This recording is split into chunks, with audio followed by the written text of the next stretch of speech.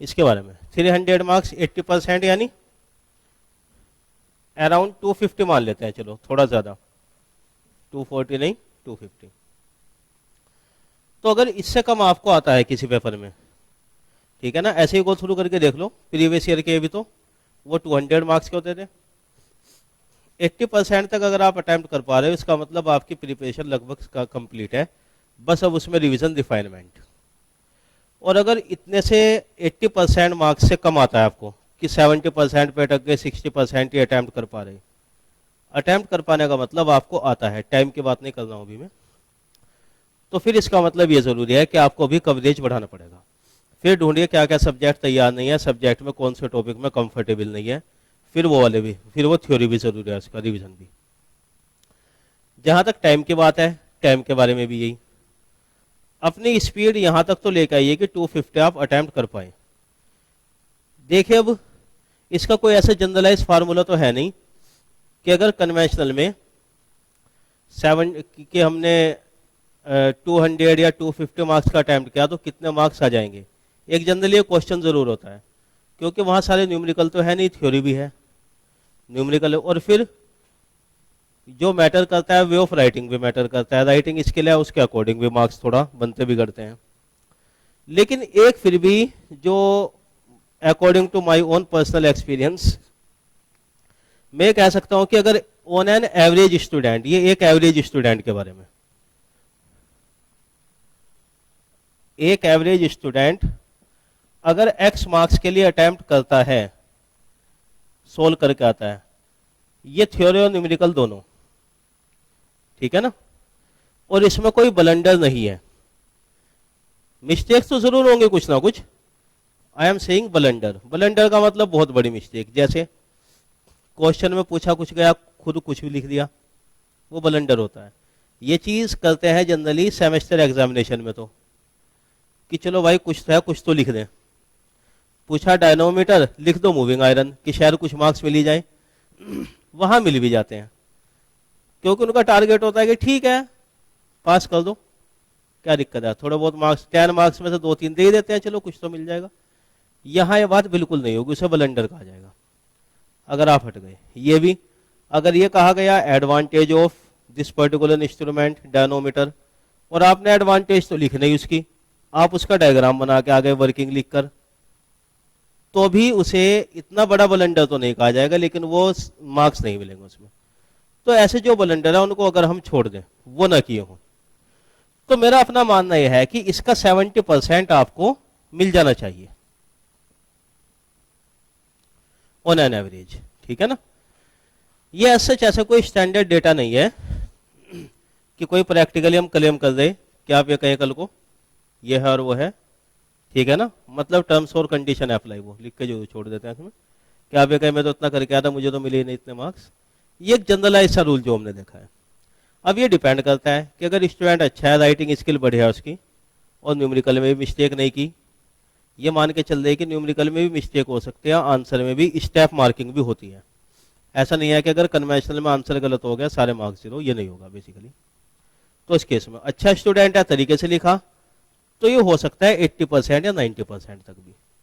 ये भी डिपेंड करता है कि ज्यादातर पेपर में न्यूमेरिकल थे, थ्योरी कम थी, तो भी परसेंटेज बढ़ जाएगा, क्योंकि न्यूमेरिकल में मार्क्स कटने के चांस कम रहते हैं, ठीक है ना।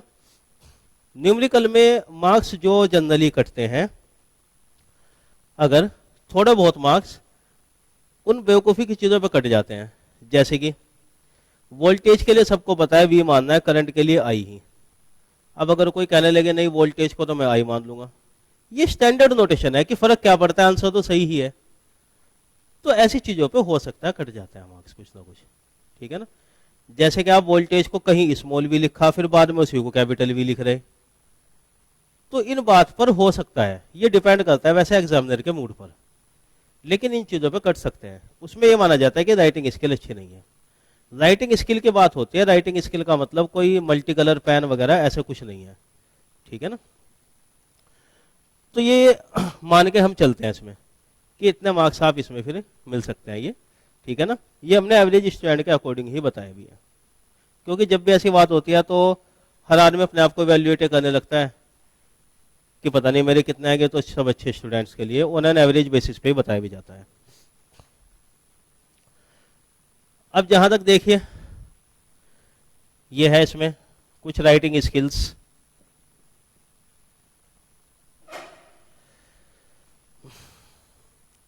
बेसिकली राइटिंग स्किल के बारे में, ये वर्ड जो है सिविल सर्विस के लिए बहुत जरूरी हो जाता है आईएएस में। तो ईएस में इतना बड़ा फैक्टर वैसे ये नहीं होता, होता तो है लेकिन इतना बड़ा फैक्टर नहीं, ठीक है ना। सिविल सर्विस में तो क्योंकि थ्योरेटिकल होता है, वहां पे चीजें क्या लिखा है क्या नहीं लिखा है। और देखो एक्चुअली सिविल सर्विस में यह है कि जनरल स्टडी वगैरह में या थ्योरेटिकल सब्जेक्ट में कुछ बात है भी ऐसी कि भाई जैसे किसी भी चीज के बारे में कहा कह दिया जाता है, कोई टॉपिक भी है, जैसे वहां तो अजीब से टॉपिक होते हैं कि डेमोक्रेसी के बारे में, multi party system, bi party system, according to your views compare करो, तो वहां हर आदमी का सोचने का तरीका अलग है, कैसे लिखा है वो चीजें मैटर करती हैं। टेक्निकल सब्जेक्ट में ऐसा तो होगा नहीं, टेक्निकल सब्जेक्ट में ऐसा तो है नहीं कि हर आदमी का सोचने का तरीका अलग अलग है, जो बना दिया गया वही बना दिया गया, ठीक है ना। अगर 2 दूनी 4 है तो वही रहेगा, हर कोई वही लिखेगा उसमें, है नहीं। तो यहां ऐसा तो है नहीं। राइटिंग स्किल का मतलब एक जो कंफ्यूजन होता है, सबसे पहली बात तो यह समझ लो, ऐसा नहीं है कि बहुत मल्टी कलर पेन आपको यूज करने हैं, ठीक है नहीं। लाइक अब ऐसा नहीं है कि जैसे मेरी आदत है यूज करने के, आप ये सोचते हो कि मेरी शुरू से आदत बनी हुई है, ये बोर्ड पे ही यूज करता हूं मैं भी, कॉपी में जब लिखते थे, जब मैंने इतने मल्टी कलर यूज नहीं किए। यहां अलग बात है क्योंकि मुझे कई चीजें हाईलाइट करनी होती है, समझानी होती है, ठीक है ना। वहां पर आप एक ही पेन यूज करते चले, कोई दिक्कत नहीं। हाँ, अगर कभी लगता है जैसे कोई डायग्राम बनाने में, ठीक है ना, या सर्किट बनाने में ही, और खासतौर से वेवफॉर्म बनाने में तो जरूरत हो जाती है, ऐसी जगह ठीक है यूज कर ले, लेकिन बिना जरूरत के यूज करने की जरूरत नहीं, ठीक है ना। जैसे बोर्ड पर अगर मैं लिखता हूं कभी एक लाइन कलर में, फिर उसके बाद कलर बदल दिया, फिर ये बदल दिया, वो चीजों की आपको जरूरत नहीं है। तो कलर कॉम्बिनेशन वगैरह वो ऐसा कोई मैटर नहीं करता, पहली बात तो ये। दूसरी बात, इसमें हाँ रेड कलर ना यूज करें, आई एडवाइज। ऐसा क्योंकि कोई रिटर्न में कोई रूल नहीं है यूपीएससी का, लेकिन रेड कलर ना यूज करना चाहिए अनटिल अनलेस कोई इमरजेंसी ही आ जाए, जैसे कि बाय द वे वहां पर रिफिल वगैरह ही खत्म हो गया, नहीं बन पा रहा कुछ ऐसे, तो अलग बात है। या कोई डायग्राम ऐसा आ गया कि जहां 3-4 कलर यूज करने ही पड़ रहे वेवफॉर्म वगैरह में, तो अलग बात है, आप यूज कर लें, जैसे पावर इलेक्ट्रॉनिक्स में। फिर भी लेकिन अवॉइड करें ज्यादातर तो, ठीक है ना। मतलब लिखने में तो खासतौर से टेक्स्ट वगैरह में, उसमें तो अवॉइड करें। डायग्राम में अगर आ भी जाए तो दैट इज डिफरेंट थिंग। क्योंकि देखिए एक्चुअली होता क्या है रेड कलर के बारे में, जैसे ये मैंने आपको पहले बताई थी एक बार बात, किसी भी पर्टिकुलर ऑफिस में या कहीं भी, जैसे फॉर एग्जांपल रेलवेज की बात करें अगर, चीफ इंजीनियर ऑफिस की, तो होता क्या है, एक पर्टिकुलर फाइल पर एक टेंडर के जो होता है उस पर कई लोगों के रिमार्क्स होते हैं, जैसे कि वो तो खैर पेन उससे एचबी पेंसिल वगैरह से लिख के देते हैं, कलर को होते हैं जेईस वगैरह। उसके बाद रिमार्क होता है एग्जीक्यूटिव इंजीनियर वगैरह का, या गैरिसन इंजीनियर वगैरह जैसे एमईएस में होते हैं, तो वो लिख के देते हैं उसमें, या साइन करते हैं ब्लैक वाले से। उसके बाद वो फाइल जैसे डिप्टी चीफ, एडिशनल चीफ, अलग अलग डिपार्टमेंट के अकॉर्डिंग कुछ अथॉरिटी होती है, वो फिर ग्रीन से। और फिर फाइनल रिमार्क जो होता है उस ऑफिस में, जैसे चीफ इंजीनियर ऑफिस है तो चीफ इंजीनियर का फाइनल वो होता है रेड कलर से। तो रेड ग्रीन इस तरह बने होते हैं ये। तो रेड कलर हमेशा जो होता है हाईएस्ट अथॉरिटी को होता है। इसी तरह इंजीनियर इन चीफ ऑफिस जहां होगा वहां जो भी हाईएस्ट अथॉरिटी है। तो जनरली जब बात कर रहे हैं कन्वेंशनल की वे ऑफ राइटिंग, यहां पर हाईएस्ट अथॉरिटी ऑब्वियसली एग्जामिनर को ही माना जाता है। अब वो अलग बात है कि वहां भी हेड एग्जामिनर होता है, कुछ चीजें अलग जो बाद में देखता है, दैट इज डिफरेंट थिंग। तो उनका रिमार्क होता है लिखना इस पे, या मार्क्स देना जो भी होता है। अगर आपने खुद ही रेड रेड कर दिया सारा, वहां पर मार्क्स लिखने हैं, तो वो कौन से कलर से लिखेगा फिर एग्जामिनर? वो रेड में रेड कुछ मिक्स हो जाएगा। तो वो एक क्या होता है कि फीलिंग जो है ना उनको ये आती है कि ये मेरे के बराबर अथॉरिटी लाने की कोशिश कर रहा है कि रेड कलर क्यों लिखा है इसने, ठीक है ना। ये बता दे कोई नहीं बात है, आप किसी एग्जामिनर से जो प्रोफेसर लोग होते हैं पूछ लो, वो ऐसे नहीं कहेंगे, वो कहेंगे नहीं नहीं कोई कलर से क्या मतलब है, कोई मतलब नहीं। लेकिन एक ये फीलिंग आती है, ठीक है ना, जितना मेरा इंटरेक्शन है, जैसे लोगों से जो हट के बात हुई है मॉक इंटरव्यू के टाइम, कई लोग जो एक्सपर्ट्स आते हैं वो बताते हैं इस बारे में, तो एक थोड़ा सा ये होता है कि बुरी लग जाती है बात, है ना। तो ऑब्वियसली इसको आप जरा अवॉइड करें। बाकी कलर हाँ यूज कर लें, वो अलग बात है, लेकिन कलर यूज करने में टाइम ना वेस्ट करें ज्यादा।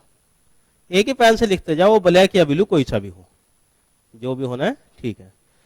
दूसरी चीज ये है कि जैसे एक जनरल ये बताते हैं कि पॉइंट्स में बना के लिखना है, कि हर एक चीज को 1 2 3 4 ऐसे, वो जबरदस्ती की बात नहीं है।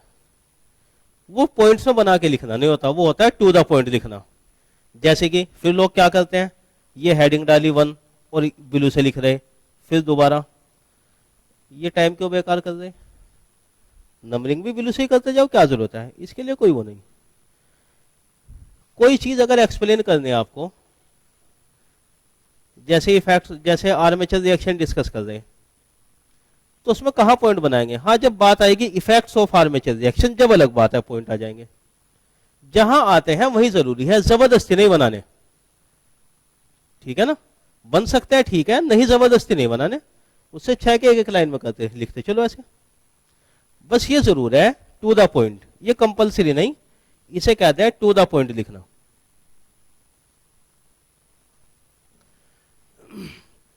देखिए तो आप भी जानते हैं कि आपको भी वही बात पसंद आती है जो टू द पॉइंट हो, कम से कम जो समझ में आए। तो एग्जामिनर के साथ तो खैर ये होगा ही ऑब्वियसली। हो सकता है कि जैसे 10 मार्क का क्वेश्चन है, क्योंकि 20 या 15 मार्क्स बड़े नंबर के क्वेश्चन अभी पिछले 2-3 साल से कम आ रहे थे कन्वेंशनल में।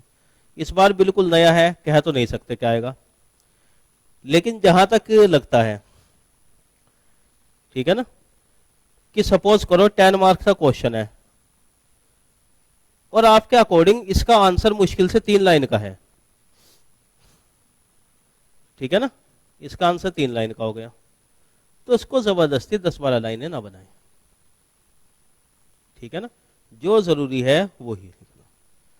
जैसे for example effects of armature reaction लिखना है, इफेक्ट लिख के आप छोड़ दो, चलो डायग्राम बनने हैं वो भी अलग बात है, लेकिन ऐसा नहीं है कि ये क्वेश्चन 20 मार्क्स में तो आप किए तो एक पेज में आ गया कुल। आप इफेक्ट के साथ इसके रेमेडी भी लिखने लगो, मेथड टू मिनिमाइज, उससे क्या होगा, मार्क्स तो कुछ मिलेगा नहीं। एग्जामिनर ये जरूर सोच रहा है कि भाई कॉमन सेंस थोड़ा सा कम है, ठीक है ना। या अब ये डिपेंड करता है, क्योंकि देखिए होता क्या है, कोई भी टीचर होता है जितने पुराने होते हैं थोड़ा बहुत दिमाग में सनक आ जाती है सभी की, ठीक है ना। वो यंग टीचर होता है वो भी, ये जो होता है ना स्टेज, ये ऐसा होता है थोड़ा बहुत दिमाग खराब हो जाता है, यहाँ से उतर के हमारे दिमाग से रहता है, यहाँ के कुछ अलग चीज हो जाती है, और जब कॉपी चेक करते हैं तो कुछ ज्यादा ही। और जो सीनियर हो जाते हैं प्रोफेसर, उनका दिमाग बहुत ज्यादा खराब रहता है इस बारे में, तो पता नहीं क्या बात बुरी लग जाए, आप सोचते रहो कि मैंने ऐसे क्या कह दिया, गुस्सा आ गया पता नहीं, वो हो जाती है कुछ चीज ऐसी अपने आप। तो यही एग्जामिनर के साथ होता है, उसे ये लगता है कि अच्छा मेरा बेवकूफ बनाने की कोशिश कर रहा है, 10 मार्क्स लिख दिया, पलट के देखा अच्छा ये भी मेरा बेवकूफ समझ रहा, काट के फिर 9 भी लिख सकता है वो। ये वाली चीजें हो जाती हैं अक्सर, तो इसलिए बेकार की बात तो लिखे नहीं। जहां क्वेश्चन ओपैक है, क्लियर नहीं हो रहा कि बताना है भी या नहीं, जैसे डिस्कस द आर्मेचर रिएक्शन, अब इसमें तो आपको पता नहीं है कि समझाना है क्या है, इफेक्ट लिखना है, रेमेडी कितना लिखना है, बस ये देखो डिसीजन होता है ऑन द स्पॉट। ये फिर आपको देखना होगा कि कितने मार्क्स में है, कितना मुझे लिखना चाहिए, और दूसरा फैक्टर टाइम भी। फिर उसमें होता है कि लिख दो सारी चीजें, लेकिन बस कॉम्पैक्ट लिख के छोड़ दो, डिटेल नहीं। कॉम्पैक्ट ही लिखना भी चाहिए, बेकार की चीजें तो कभी भी नहीं। जैसे आर्मेचर रिएक्शन लिखने में अगर आप यहां शुरू करेंगे, it is very important phenomena in DC machine, जरूरत ही नहीं इस चीज की। क्यों? जब क्वेश्चन है कि discuss armature reaction in DC machine, very important phenomena, ये बेकार की लाइन है। किसी भी इंस्ट्रूमेंट के एडवांटेज आ गई, ईवीएम यूजिंग ओपैम्प, उसमें आप लिखने लगो it is widely used in electronic measurement, it is widely used in electronic measurement, वो बेकार के पॉइंट है, टाइम बेकार कर रहे हैं आप। वो तो सभी को पता है, जो जरूरी बात है बस वो लिखो उसमें। इसकी इनपुट इंपीडेंस ये है, इसमें पावर कंज्यूमशन इतना है, it is suitable for measurement of very weak signal, बस 2-3 लाइन हो गई जो जरूरी है, वो टू द पॉइंट का मतलब ये होता है, बेकार के बाद घुमाने की तो जरूरत है नहीं, ठीक है ना। क्योंकि जैसे आजकल तो न्यूज चैनल पे डिस्कशन चलता है ना पॉलिटिकल पार्टी का, वो बेकार की बातें वो घुमाते हैं जरूर, पूछते कुछ है बताते कुछ हो रहा है, अपनी कमी होती है पहले दूसरे की कमी गिनाते हैं फिर अपने बारे में बताते हैं वो कि ऐसे था बैलेंस करने। तो यहाँ हमें जो है वो बताना होता है टू द पॉइंट, उसका मतलब ये होता है कि ये डिसीजन कैसे लेना है। अगर इस ये चीज आप सीख गए तो ये मान के चलो इसका फर्क जो पड़ता है कि मार्किंग में तो है ही, लेकिन अगर आप इस तरह करके 20 मिनट बचा लेते हैं तो एक क्वेश्चन आपका बढ़ जाएगा, और 10 मार्क्स का एक क्वेश्चन आपने एडिशनल अटेम्प्ट किया, 5-7 नंबर बहुत मैटर कर जाते हैं वो, ठीक है ना। तो ये चीज मैटर करते हैं। जैसे मैं कह रहा था हमेशा ऑब्जेक्टिव के बारे में, मैंने ये कहा था कि कैलकुलेशन हमेशा पूरी करनी चाहिए क्वेश्चन की, ठीक है ना। कभी भी ऐसा नहीं है आप जब आप रूम पे भी अपना प्रैक्टिस कर रहे रफ पर कि आप अधूरा क्वेश्चन छोड़ दे, चलो अब तो कैलकुलेशन है हो जाएगी, ट्रांजेंट में लाप्लास आ गया इनवर्स आ जाएगा छोड़ दो, या t=3 रख के अब तो हो ही जाएगा छोड़ दो, वो गलत टेंडेंसी होती है। कन्वेंशनल में के लिए भी जब आप प्रैक्टिस कर रहे हैं, इसमें तो खैर आप करेंगे पूरी प्रैक्टिस क्योंकि वे ऑफ राइटिंग सीखना ही है, ये तो ऑब्जेक्टिव के लिए भी कहते थे कि हमेशा फाइनल आंसर तक देखिए। जैसे आपने ध्यान भी दिया होगा मैं कभी भी फाइनल रिजल्ट ऐसे नहीं छोड़ रहा कि आप लोग कैलकुलेट कर लेना, हमेशा यहाँ पर लिखते हैं आंसर हम, वो सिर्फ इसीलिए कि आप लोगों की आदत वही बन जाए कि आंसर यहां तक कि फाइनल तक आप गए हैं। उसके लिए जरूरी होता है कि कैलकुलेशन की आपको प्रैक्टिस रेगुलर होनी चाहिए। अब जैसे आपने गेट दिया है उसमें अंदाजा भी हो गया होगा कि अगर जिसकी फिंगर्स फास्ट चलती है कैलकुलेटर पे, वो आदमी कम से कम 3 मिनट बचा लेता है अपने बाकी लोगों से, और 3 मिनट में क्वेश्चन का अगर डिफरेंस आ जाता है वही मैटर करता है, 1 नंबर का 2 नंबर का जो भी हुआ था इसमें। तो यहाँ भी वही चीज होती है, अगर आपको कैलकुलेशन की प्रैक्टिस है अच्छी, कैलकुलेटर पे तेजी से आप कैलकुलेशन कर सकते हैं तो वो भी मैटर करता है। इसलिए जब भी आप इसमें कन्वेंशनल क्वेश्चन प्रैक्टिस करेंगे तो ध्यान रखिएगा कैलकुलेशन पूरी करेंगे आखिरी तक, ठीक है ना। भले ही वो लिख के ऐसा छोड़ दिया जाए 2 × 10⁻² माइनस log 2/3 बस हो ही जाएगा नहीं, क्या मुश्किल काम है, थोड़ा सा करो कैलकुलेशन। जो कैलकुलेटर यूज करता है वही रखो, चेंज तो खैर करना भी नहीं चाहिए वो तो, क्योंकि इसी पे प्रैक्टिस होती भी है अपने आप को जो भी है। तो ये चीज जरूर ध्यान रखें प्रैक्टिस करते टाइम, फाइनल रिजल्ट तक जाना ही है आपको, ठीक है ना। अब जहां तक क्वेश्चन में लिखने की बात होती है, वहां कैलकुलेशन के ज्यादा स्टेप शो करने की ऐसे जरूरत नहीं, ठीक है ना। जैसे हम यहां तो लिख देते थे, वहां पे आप डेटा एंटर किया फाइनल रिजल्ट लिख सकते हैं आप, उसके स्टेप शो करने की जरूरत नहीं है। लेकिन मेरा मानना यह होता है कि कुछ चीजें आप रफ में लिख रहे तो वो अच्छा फेयर में ही लिख दो, ठीक है नहीं। जैसे कि फॉर एग्जांपल ये कुछ इंटीग्रल करने जा रहे, इसके बारे में समझो, जैसे ये आ जाएगा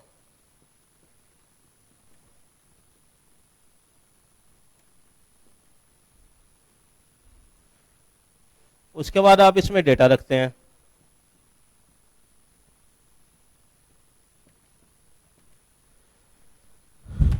अब ये हो सकता है कि आप जब लिखने जा रहे इसके बाद डायरेक्ट ये लिख रहे, ये स्टेप आपने मिस कर दिया, दिक्कत वाली बात कोई नहीं है, ठीक है ना, मार्क्स में कोई कमी नहीं आएगी। लेकिन मेरा मानना है यहां से ये चीज डायरेक्ट तो आप वैसे भी नहीं लिख सकते, आप इसे लेकर पहले रफ में यहां सोल्व करेंगे फिर यहां, तो जब इस स्टेप को रफ में लिख रहे तो उसे डायरेक्ट ही लिखते चले जाओ, ये वाले स्टेप की बात मैं कर रहा था, ठीक है ना। उसमें लगना चाहिए यहाँ क्वेश्चन ये अटेम्प्ट किया तो ये मैटर करता है। हाँ, अगर आपकी कोई क्वेश्चन ऐसा है यहां से डायरेक्ट आप यहां लिख सकते हैं टाइम बचाने के लिए, अपना कॉन्फिडेंट है, फिर जरूरत नहीं कि आप इसको प्रोड्यूस करें, ठीक है ना, ये चीज एडमिसिबल है। क्योंकि अगर कोई क्वेश्चन करते जा रहे ट्रांजेंट वगैरह का, उसमें इंटीग्रल डिफरेंशियल वो आपसे नहीं पूछता, वो तो मानते हैं कि सभी को आता ही होगा। ये होता है स्टेप्स के बारे में, ठीक है ना। अदर थिंग्स थ्योरी के बारे में तो जैसे मैंने आपको काफी चीजें बताई हैं, डेरिवेशन के बारे में भी यही, डेरिवेशन में जो स्टैंडर्ड डेटा है, स्टैंडर्ड नोटेशन है, उनको आपको एक्सप्लेन करने की जरूरत नहीं हर क्वेश्चन में, फॉर एग्जाम्पल जैसे कोई क्वेश्चन का ये वाला पार्ट है, ये V I, let voltage across resistor V current through resistor I, ये दो बातें नहीं भी लिखेंगे तो कोई दिक्कत नहीं, ये तो क्वाइट इम्प्लिसिट है, ठीक है ना, इसलिए इस चीज को लिखने की जरूरत नहीं। यहां पे टाइम आप बचा सकते हैं, लिख देते हैं तो कोई नुकसान की बात नहीं है, लेकिन मेरा मानना है कि टाइम बचा लें इस चीज में, क्योंकि ये तो इम्प्लिसिट हो गया यहां से, इसमें कोई दिक्कत की बात नहीं। हाँ, अब अगर आज इसमें पावर लिखेंगे, द पावर कंज्यूम्ड, वो चीज आप लिख दो, क्योंकि पी यहां पे शो नहीं कर रखा पावर के बारे में, वो लिख दो आप इसमें। जो चीज डायरेक्ट क्वेश्चन में आ गई उसकी कोई जरूरत वाली बात नहीं। इसी तरह जैसे यहां पर कोई सोर्स आ गया था, ये जैसे हमने क्वेश्चन कराए भी इस तरीके के, इस चीज को आप क्वेश्चन को डायरेक्ट यहां से शुरू कर सकते हो, u minus T 5 volt 0 volt t less than 0 t greater than 0। उसमें अगर आप ये समझाएंगे कि पहले u माइनस टी समझाएंगे ग्राफ बनाकर फिर ये, वो जरूरत नहीं है, क्योंकि वो कहाँ नहीं गया, ये बना देंगे। इसके बाद डायरेक्ट इसको बना दे स्विच की तरह, जैसे हमने क्वेश्चन कराया था कि स्विच की फॉर्म में डायग्राम बना दे। उसमें एक्सप्लेन करने की जरूरत नहीं है कि t लेस देन 0 पे स्विच कनेक्टेड है, शॉर्ट सर्किट ये वो, ये चीज इम्प्लिसिट हो गई है। Are you getting? कुल मिलाकर देखिए, जो नोट्स वगैरह आपके हैं, आपने बना रखे क्लासरूम में, मेरा मानना यह है कि बिल्कुल ऐसे ही लिखना जरूरी नहीं है, ना ही उसकी आप कोशिश करें।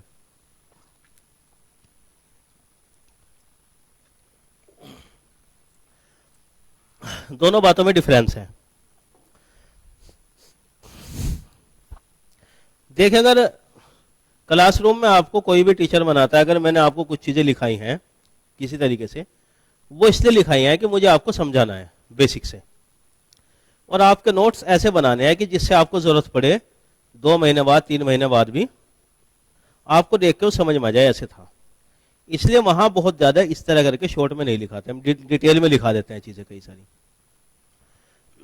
वो होती है इसलिए जब आप एग्जाम में लिख कर आते हो, वहां ओरिएंटेशन बदल जाता है। वहां आपको एग्जामिनर को ना तो समझाना है, ना उसको नोट्स बनवाने हैं कि वो जाके रिवाइज करेगा आपके नोट्स को आपकी कॉपी ले जाकर। सिंपली आपको बताना है कि हाँ मुझे पता है, मुझे आता है। दोनों चीजों में डिफरेंस है। मुझे नहीं बताना है कि आपको कि मुझे आती है ये चीज, तो इसलिए वहां पर आप उसी हिसाब से बताएं, ठीक है ना। ये नहीं है कि जैसे बिल्कुल क्लास नोट्स में था, बिल्कुल एज इट इज, बिल्कुल वो सारी चीजें इतना लंबा ही लिख कर आना है, आपको लगे उसमें इतना डिटेल में लिखाया था, यहां भी तरीके से लिख दूं मैं, वो नहीं। वो आपको डिसीजन लेना होगा वहीं पर कि क्या है इसमें, क्योंकि यहां हम जनरली ऐसी ऐसी बातें ज्यादातर लिखाते जाते हैं, ठीक है ना। जैसे बल्कि डिस्कशन में लैंग्वेज ला गया बार बार, हम तो वो भी एक्सप्लेन करते हैं क्लास में, लेकिन वहां जब आप लिखते जा रहे हैं लैंग्वेज ला थोड़ा ही कहा से एक्सप्लेन करना, वो आप अलग से थोड़ा एक्सप्लेन करेंगे, तो इस बात का भी ध्यान रखें। मोर ओवर टेक्निकल में इतना ज्यादा मैटर नहीं करेगी वो चीज, लेकिन सिविल सर्विस में मैटर कर जाती है जनरली, उसके बारे में आपने सुना भी होगा। देखिए, एक्चुअली मेंस एग्जाम के बारे में सिविल सर्विस में हमेशा ये कहा जाता है कि जैसे होता यही है कि सपोज करो 100-150 स्टूडेंट एक ही क्लास में एक ही जगह से पढ़कर आए वो लोग, तो ऑब्वियसली जिस टीचर से पढ़ा है उसी का तरीका अडोप्ट करते हैं। उसमें खासतौर से कहा जाता है कि भाई ऐसा ना करो, आपकी ये एज इट इज लिखाओ। उसकी वजह यह है कि अगर एक जगह सीट लगी है 5-10 लोगों की और बिल्कुल एक सा ही लिख दिया थ्योरी, तो एग्जामिनर की समझ में आ जाएगा, ठीक है ना। ये नहीं कि नकल की है, वो तो पता है कि वहां नकल नहीं हो सकती, उस हर आदमी इतना बिजी है, नकल करने वाला मेंस तक जाता भी नहीं, वो तो पीढ़ी के भी नहीं सोचता। नकल की बात नहीं, लेकिन वो अंदाजा लगा लेते हैं इनका खुद की क्रिएशन नहीं है, ये तो लेटर टाइप बात कर रहे किसी एक जगह की, किसी कोचिंग की, तो उससे क्या होता हो जाता है, थोड़ा बहुत मार्क्स में फर्क पड़ जाता है। इसलिए आपने देखा भी होगा कई लोग ऐसा करते थे कि दिल्ली से नहीं लिखना एग्जाम और किसी सेंटर से लिख देते हैं, जिससे कि मेरी कॉपी अलग बंडल में चली जाए। यहाँ दिल्ली में सारे लोग वही रहेंगे जो कोचिंग वाले हैं, जिनका मिलता जुलता हो जाएगा मटेरियल से, तो कुछ अलग जगह चले जाए। वहाँ पे ये वाली कैलकुलेशन बहुत ज़्यादा करनी पड़ती है और करनी भी चाहिए उसमें। टेक्निकल में इसमें इतना ज़्यादा तो ये इशू नहीं है, लेकिन फिर भी इसका ध्यान रखें। अब क्योंकि मेंस एग्जाम जरा अलग ही हो गया, वेटेज भी बढ़ गया, तो अब ये चीज़ मैटर कर सकती है। क्योंकि ऐसा तो है नहीं कि थ्योरी बिल्कुल नहीं और सारी थ्योरी है। तो थ्योरी लिखने में कुछ में नोटेशन है जो भी, वो आप लोग ऐसा ना करें कि उससे ये लगने लगे कि सब लोग आप एक ही जगह से लिख रहे हो। स्टैंडर्ड बुक का सब लोग एक जगह से लिख रहे हैं, जो बुक चलती है, तो कोई दिक्कत वाली बात नहीं। वो तो अंदाजा लगा लेते हैं कि मशीन का भीमराव कोठारी का लिखा हो, उसमें कोई दिक्कत नहीं होती। लेकिन वो नोटेशन आ गए कि ये लगने लगेगी किसी एक ही टीचर के नोट्स हैं, कहीं से वो ऐसे किया है, वो चीज़ थोड़ा सा नेगेटिव जा सकती है। जैसे 10 में 8 मार्क्स मिलने थे, आपको हो सकता है 7 दे दे वो, ये लगे यार एक से ही चीज़ लिख रखी सबने, वही वर्ड। अब इसका मतलब ये भी नहीं है कि जरूर ज़बरदस्ती आप सिनोनिम ढूंढने लगे। जैसे एवलांच ब्रेक डाउन में एक वर्ड आता था क्यूमुलेटिव प्रोसेस ऑफ कोलिजन, वो तो स्टैंडर्ड है, वो तो सबका आ जाएगा, उसमें कोई दिक्कत नहीं, वो तो ज़रूरत है। अब उसका मतलब ये नहीं है कि क्यूमुलेटिव का आप सिनोनिम ढूंढते फिर इतनी ज़्यादा मेहनत इस बात पे करें। लेकिन हाँ, जो नोटेशन हम यूज़ करते हैं बेसिकली जो नोटेशन अगर मैं यूज़ कर रहा हूँ स्टैंडर्ड नहीं है वो अलग उसमें, तो आप जरा उसको अवॉइड करें।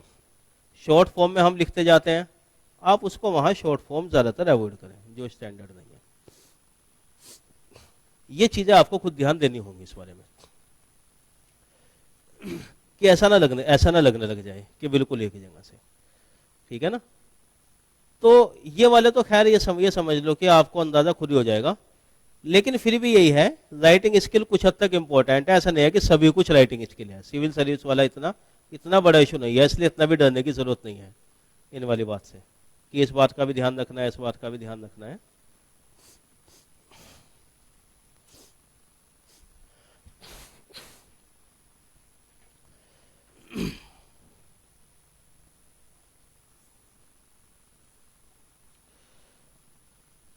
देखिए डेरिवेशंस के रिगार्डिंग भी ऐसे ही, डेरिवेशन में भी जितना ज़रूरी है वहीं से आप स्टार्ट करें।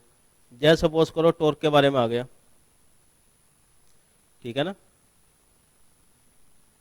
कि टॉर्क डेरिवेशन करना है इंडक्शन मोटर का, उसमें आप इक्विवेलेंट सर्किट बना के शुरू कर दें। इक्विवेलेंट सर्किट में जब आपने R1 X1 वगैरह लिख दिया, उसमें आपको अलग से लिखने की जरूरत नहीं। The resistance of stator R1, resistance of rotor R2 dash, वो इतना जरूरत नहीं, वो उसमें पता चल गया। हाँ, जब आप यहाँ से शुरू करेंगे torque develop T power output omega S, तो ठीक है, उसके अकॉर्डिंग फिर चल जाएगा। वहाँ पे भी कोशिश ये करें कि बेकार की चीज़ों में न बोलना हो। ध्यान रखना, बेकार के जो चीज़ें लिखते हैं बढ़ा कर लिखेंगे, उससे ऐसा नहीं होता मार्क्स मिल जाए, ठीक है ना। जैसे कि डेरिवेशन था P = VI cos phi, कई बार आ चुका ये VRMS IRMS cos phi, ये हमने भी कई जगह बताया भी है इसमें, बल्कि इसका डेरिवेशन भी कराया, न्यूमेरिकल में भी क्वेश्चन करते टाइम भी कहाँ से आता है, ये बहुत ही सिंपल है। वोल्टेज मान लेंगे Vm cos ओमेगा टी या sine omega t, current sine omega t plus minus phi, उसके बाद इंटीग्रल है एक आध इसमें। तो अब ये डेरिवेशन अगर करने लग जाए 5-7 लाइन से ज़्यादा का है भी नहीं, ये 20 मार्क्स तक में आ चुका। क्योंकि ये मैंने खुद एग्जाम में अटैम्प्ट किया है, इसलिए ध्यान है मेरे अच्छी तरह।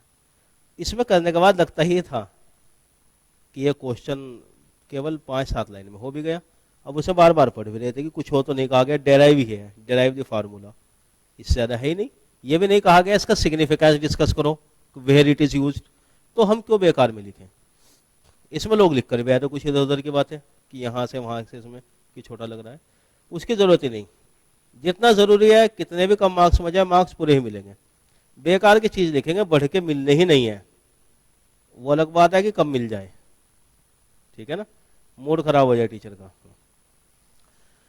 और ब्लेंडर में जैसे वही कहा था कि क्वेश्चंस वगैरह के बारे में ऐसा नहीं है कि नंबर कुछ और डाल दिया और क्वेश्चन कुछ और लिख के सोल्व कर दिया। पहली बात तो क्वेश्चन को लिखना जरूरी नहीं है, क्वेश्चन नंबर लिख के आंसर लिखना शुरू कर दें।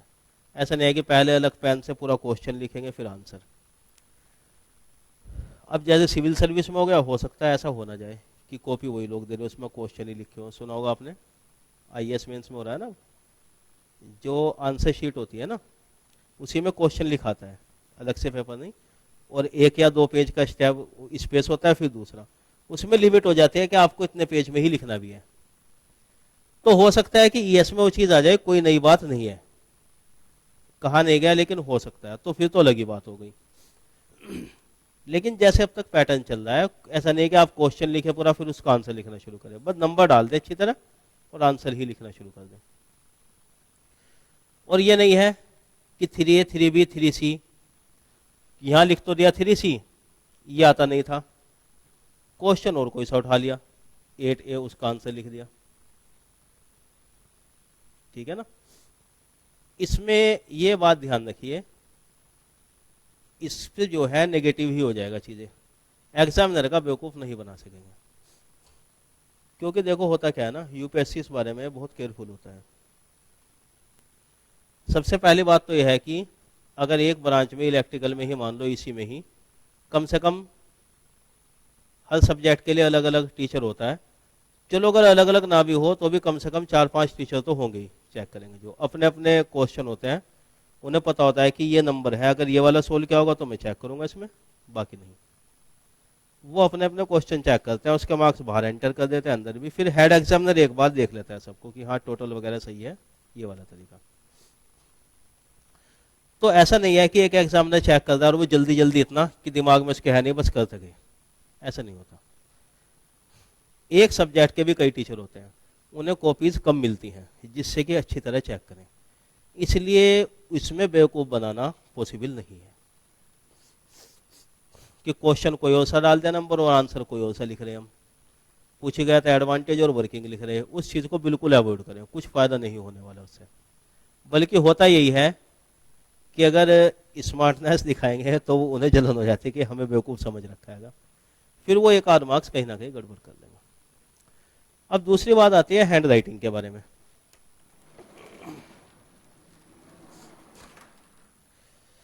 देखिए हैंड राइटिंग के रिगार्डिंग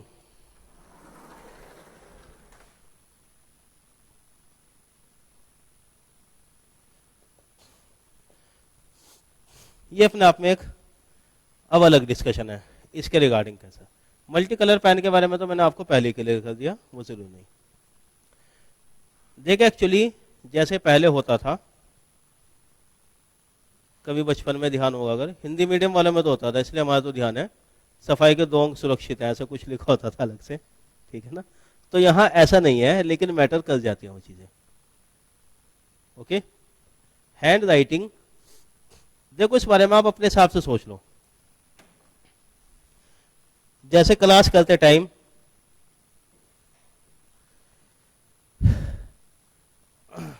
आपने भी देखा होगा, अगर टीचर बहुत अच्छा भी पढ़ा दे, आपको समझा भी दे, लेकिन अगर राइटिंग गंदी हो तो थोड़ा झंझट रहता है, ठीक है ना। और दूसरी बात, कभी कभी होता है कि टीचर ने ठीक है बहुत अच्छा नहीं भी समझाया, लेकिन साफ लिखकर नोट्स बढ़िया बना दिए तो भी सेटिस्फाई हो जाते हैं। एक ही जनरली चीज होती है ना। अब अगर उसमें ठीक है समझ में सारी चीजें आ गई, अब ये लिखा v = 1, फिर यहाँ से लिख दिया, फिर कहीं यहाँ पे लिख दिया, फिर यहाँ पे ऐसे, तो अगर टीचर को ऐसे लिखता जाता है आपको बड़ी बोरियत आती है उसमें, ठीक है ना। पर्सनली हमें बहुत बुरा लगता था, क्योंकि हमें सर्किट थ्योरी बीटेक के टाइम में जब पढ़ाई गई थी उसमें हुआ यही था कि वो पढ़ा बढ़ा देते थे, लेकिन हमारे टीचर लिखते ऐसे थे हमें समझ में नहीं आता था। तो हम शर्तें लगाते थे कि बताओ अब कौन से कोने पे लिखेंगे, अब कौन सी जगह बची है, अब यहाँ है, चलो ठीक है यहाँ। तो हमारा ध्यान उसमें नहीं होता था, हम इधर उधर जाते थे। ये एक्चुअली बहुत दिक्कत आती थी कि समझ में आ गया लेकिन लिखे क्या, रिवीजन किस चीज से करेंगे। समझ में आना अलग बात है, लेकिन रिवीजन तो देखो करना ही पड़ता है, एक बार में थोड़ा याद हो जाएगा किसके।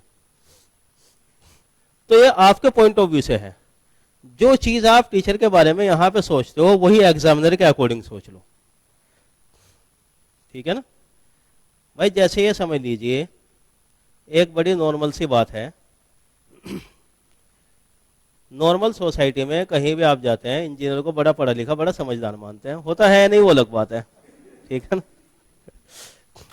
तो अगर बाय द वे कोई आपसे कहता भी है कि भाई ये पेपर है, जरा ये पढ़ के बता दो, इंग्लिश में लिखा है इसमें ये, तो अगर राइटिंग ही सही नहीं होगा आपको बड़ी दिक्कत होगी पढ़ने में। आप फिर उसमें इधर उधर से बहाने बनाओगे, समझ में तो नहीं आ रहा कुछ। साफ साफ लिखा होगा तो बहुत आसान रहेगा।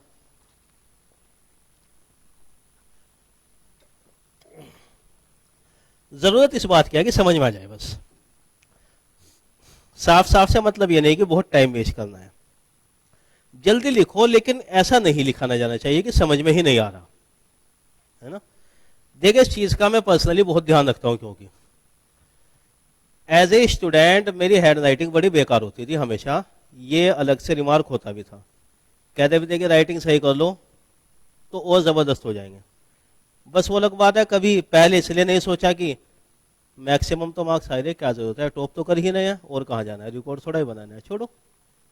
इसमें ये कई बार ऐसे रिमार्क मुझे मिले थे इसमें कि थोड़ा क्लियरली, मुझे आदत ये थी कि जल्दी लिखना है थोड़ा तो ठीक है, लेकिन एज ए टीचर मैं इस बात का बड़ा ध्यान रखता हूँ। आपने देखा भी होगा कि अगर कभी भी मेरा ऐसा नहीं होता कि बहुत साफ लिख रहा हूँ या स्लो लिख रहा हूँ, मैं तेज भी लिखता हूँ उसमें, लेकिन इतना मैं ध्यान रखता हूँ कि समझ में आ जाए।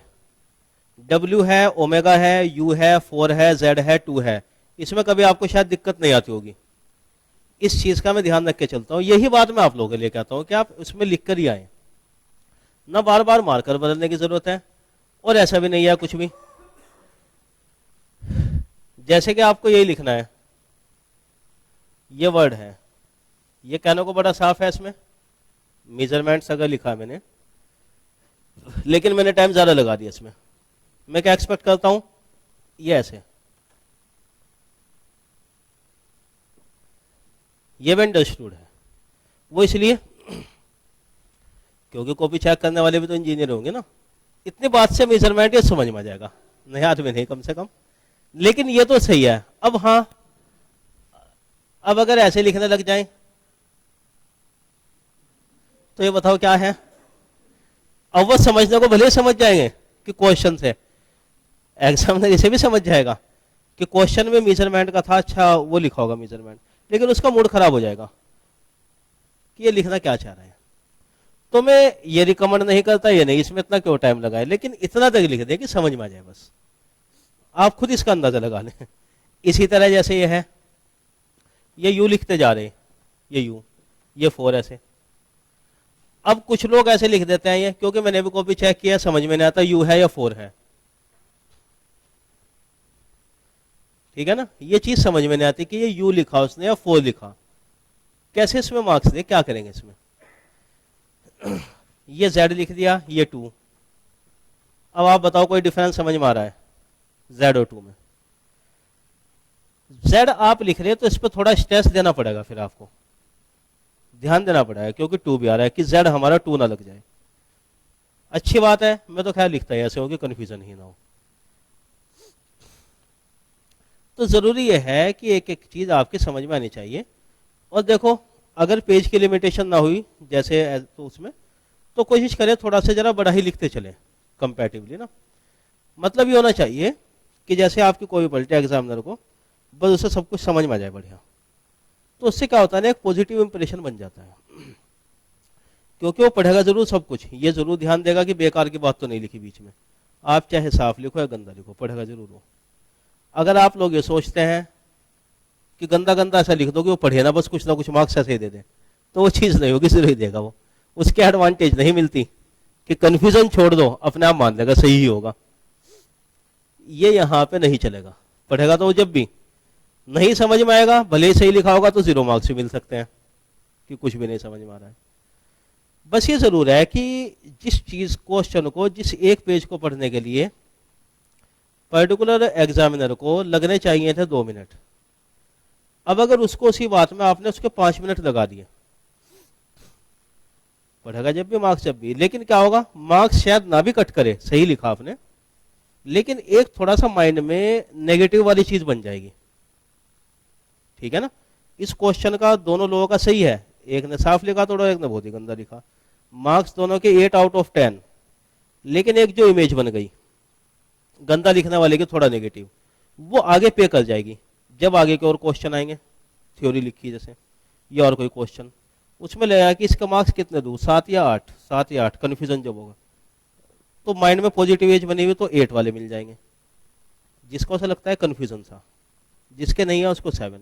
तो कहीं ना कहीं से वो बैकलैश एक रह जाता है, ठीक है ना, वो एक हिस्टेरिसिस जो रह जाएगा वो वहां पे करना पड़ जाएगा फिर आपको, ये हो सकती है चीजें। तो ये वाली चीज जरूरी है, बस ये ध्यान रखना है कि टाइम बहुत ज्यादा ना लगाए फिर भी, कि इतना एक एक वर्ड क्लियर करने में, इतना ज्यादा साफ साफ लिखने में ध्यान लगाओ कि हाँ इतना मुझे समझ में आता है। इसलिए जैसे आप क्वेश्चन प्रैक्टिस करते हैं, क्योंकि ये चीज मैंने ऑब्जर्व की जब टेस्ट सीरीज में, कन्वेंशनल की टेस्ट सीरीज में अब तक ये चीज मैंने जैसे कि ऑब्जर्व किया यहाँ पर, पहली बात तो है कि स्टूडेंट बहुत कम देते हैं टेस्ट में, और जितने स्टूडेंट टेस्ट देने आते हैं उनमें से कुछ कॉपी नहीं जमा करते, लेके चले जाते हैं कॉपी को। उनमें से कुछ क्या होता है, कॉपी दे दी ठीक है, जब चेक कर लिया कुछ तो देखने ही नहीं आते मार्क्स कितने लगे होंगे, कुछ आते हैं कॉपी अपने मार्क्स देख के ले जाते हैं। जो चीज मैं चाहता हूँ, बहुत कम ऐसे होते हैं जो फिर कॉपी लेकर आके डिस्कस करते हैं कि हाँ मेरे क्या दिक्कत रही, क्या है, रिमार्क कैसा है इसमें। जो पर्पज होता है कन्वेंशनल का, पर्पज ही होता है, वो खैर टेस्ट सीरीज होगी, इस बारे में बताएंगे भी, कि आप कम से कम फीडबैक लें जो आपने लिखा, उसके लिए जरूरी है कि आपको इतने मार्क्स मिले तो क्यों मिले हैं, इसमें यहाँ पे मार्क्स कट गए, क्यों कट गए इसमें वाला, यस चीज में मुझे मार्क्स सही मिले लेकिन इतना लिखना था, या जो भी मतलब क्वेरी है वो डिस्कस करनी चाहिए। बहरहाल अब अगर इस बात से देखो डर वर के अगर रह जाते हैं एकदम कि नहीं चले जाएंगे तो पता नहीं क्या डांट पड़ जाएगी, कुछ भी ये हो जाएगा, अरे भाई ठीक है, 2-4 सुननी तो पड़ जाएंगे, अगर हो भी गया तो कोई इसमें जान थोड़ा ही चली जाएगी आपकी, ठीक है ना। तो इस बात से ये ध्यान रखें, हमेशा ये डिस्कशन जरूर करें, ठीक है ना। ये नहीं लगना चाहिए कि मेरे मार्क्स इतने कम आए हैं, पता नहीं क्या डांट डपट पड़ेगी। अरे भाई ठीक है, थोड़ा सा अगर 2-4 टफ वर्ड्स बोल भी दिए गए आपको कि क्या करा है, मेहनत नहीं की, ये नहीं की, तो क्या नुकसान है, आगे तो आपका इंप्रूवमेंट हो जाएगा, ठीक है नहीं। जैसे मिलिट्री में स्टेटमेंट सुना भी होगा आपने, वो ट्रेनिंग में जितना पसीना बहाओगे बॉर्डर पे उतना ही कम खून बहाना पड़ेगा, जो ट्रेनिंग में पसीना नहीं बहाते वो बॉर्डर पे खून बहाते हैं फिर। तो यही बात आपके टेस्ट सीरीज के लिए। वैसे देखो इस चीज का हम ध्यान रखते हैं, कुछ स्टूडेंट को तो मैंने ये भी कहा था पहले भी टेस्ट सीरीज थी गेट की, अगर आपको बुरा लगता है कि टेस्ट सीरीज इसलिए नहीं दे रहे कि मार्क्स डिस्प्ले होते हैं, आप उसमें बोल दो कि मेरे मार्क्स डिस्प्ले मत किए जाए लिस्ट में, नहीं करेंगे। और जब भी रिमार्क मैंने दिए भी हैं हमेशा, तो इस बात का ध्यान रखा है कि पर्सनली एक एक स्टूडेंट को देते हैं, वैसे भी नहीं करते कि 2-3 स्टूडेंट है किसी को बुरा लग जाए कि मुझे ऐसे कहा था, ये कहा था। हालांकि मैं मानता हूँ इन बातों के बारे में ऐसा सोचना भी नहीं चाहिए, सब लोग कलीगी तो ऐसा भी एक ही जगह ऐसा हैं जो भी है। तो उसमें जो मैंने ऑब्जर्व किया था वो कन्वेंशनल के बारे में बताया था मैं। खैर ये राइटिंग के बारे में मैंने बहुत चीज़ ऐसी ऑब्जर्व की, जानबूझ के पता नहीं इतना गंदा से ऐसे लिखते हैं। और अगर आप लोग ये सोचते हैं कि यहाँ तो टेस्ट सीरीज है चलो लिख देते हैं जैसा भी, वहां तो सही ही लिखूंगा मैं, ऐसा नहीं होगा। जो आदत बन जाती है ना वो आदत छूटती नहीं, ठीक है ना, वो आदत वहीं पर निकल के आ जाएगी, ठीक है ना। वो जैसे कहते हैं ना, कोई अगर तोता पकड़ के उसे कितना भी सिखा दो मीठी मीठी बातें, मिट्ठू मिट्ठू इधर उधर बोलेगा, लेकिन जब उसे क्या होगा ना, बिल्ली दिखाई देगी तो टेटे ही करेगा, फिर वो डर के मारे, उसकी आदत वही है, नेचुरल ही निकल के आ जाएगा। तो इसलिए ये नहीं सोचना चाहिए कि यहां तो लिख दो बाद में देख लेंगे हम, आदत तो यहीं से बनाएंगे ना, उसमें थोड़ा सा टाइम देंगे, और हमें कैसे पता चलेगा आप वहां लिख देंगे। यही गलती, वो तो खैर आगे की बात है, यही मैंने ऑब्जर्व किया जनरली मॉक इंटरव्यूज के टाइम। हमेशा बताया जाता है कि वेल ड्रेस्ड अप आना है, फिर भी लोग जल्दी में आ जाता है, किसी की शेविंग तरीके से नहीं बनी हुई, किसने ड्रेस ही गलत, फिर कहते हैं कि नहीं मैं जल्दी में आया था, मैं ये हुआ था, मैं वहां से ही जाऊंगा। तो भाई यहाँ फिर आप क्या करने आ रहे हो, उसमें जो हमें रिमार्क देना है, हमें जब आपका रियल व्यू देखने को नहीं मिलेगा तो फीडबैक कैसे देंगे। फिर बात ये होती है कि मुझे ऐसे कह दिया था इंटरव्यू, मुझे ये कह दिया था। अब अगर या तो झूठ मूठ बस ये कहते रहे कि नहीं बहुत अच्छा है, ठीक है, ये बात कन्वेंशनल टेस्ट सीरीज में, या तो हम झूठ मूठ पेपर ही इतना आसान बना दे आपके लिए कोई भी कि आप बहुत अच्छे अच्छे मार्क्स लाओ और सब खुश होते रहेंगे, आप बढ़िया परफॉर्मिंग। ये ट्रेंड भी बहुत लोग फॉलो करते हैं,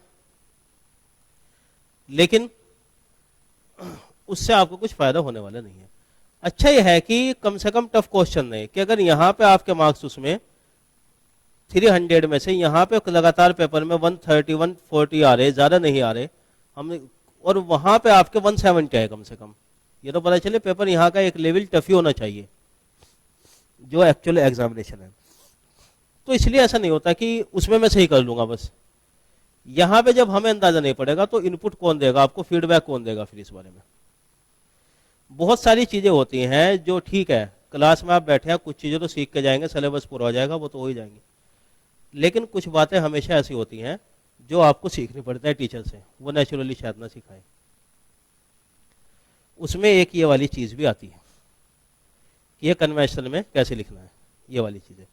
इंटरव्यू के टाइम तो फिर बहुत सारी चीजें आती हैं, फिर तो ये भी टोका टाकी की जाती है कि भाई जब आप बैठते हैं तो मुंह क्यों बनाते हैं इस तरह, ये हाथ ऐसे क्यों हिलाते हैं, ये हुलिया ऐसा क्यों बना रखा है, वो चीजें कई लोगों को बात बुरी भी लगती है, लेकिन जो लोग इम्प्लीमेंट कर लेते हैं, सुधार देते हैं, उनको फिर पता चलता है कि ये फायदे की बात थी, हमें बताई गई थी, ये इंटरव्यू में कहीं ना कहीं पर्सनैलिटी टेस्ट में वहां पर काम आ गई थी।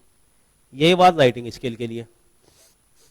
कई लोग क्योंकि ऐसे ही कहते थे कि सर मेरी कॉपी पूरी काट दी, कट मार दिया, पूरा कर दिया।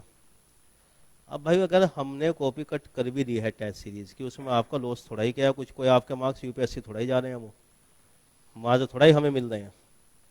कट इसलिए क्या होगा कि कम से कम आपको पता तो चले कि आपके मिस्टेक क्या है, उसे आप दूर तो करें, या बस सब कुछ झूठ मूठ के ऐसे ही कहते रहे कि हाँ बहुत अच्छा होगा, बहुत अच्छा होगा, बहुत अच्छे दिन आएंगे आएंगे, और पता नहीं क्या रहेगा, बहुत अच्छे मार्क्स आ जाएंगे, अच्छे दिन नहीं। लेकिन वो कैसे, जरूरत इस बात की है। तो राइटिंग स्किल में क्लैरिटी के बारे में कि किस तरह, और इसी तरह नोटेशन भी स्टैंडर्ड वाले जो है वो यूज कर लें। जैसे कि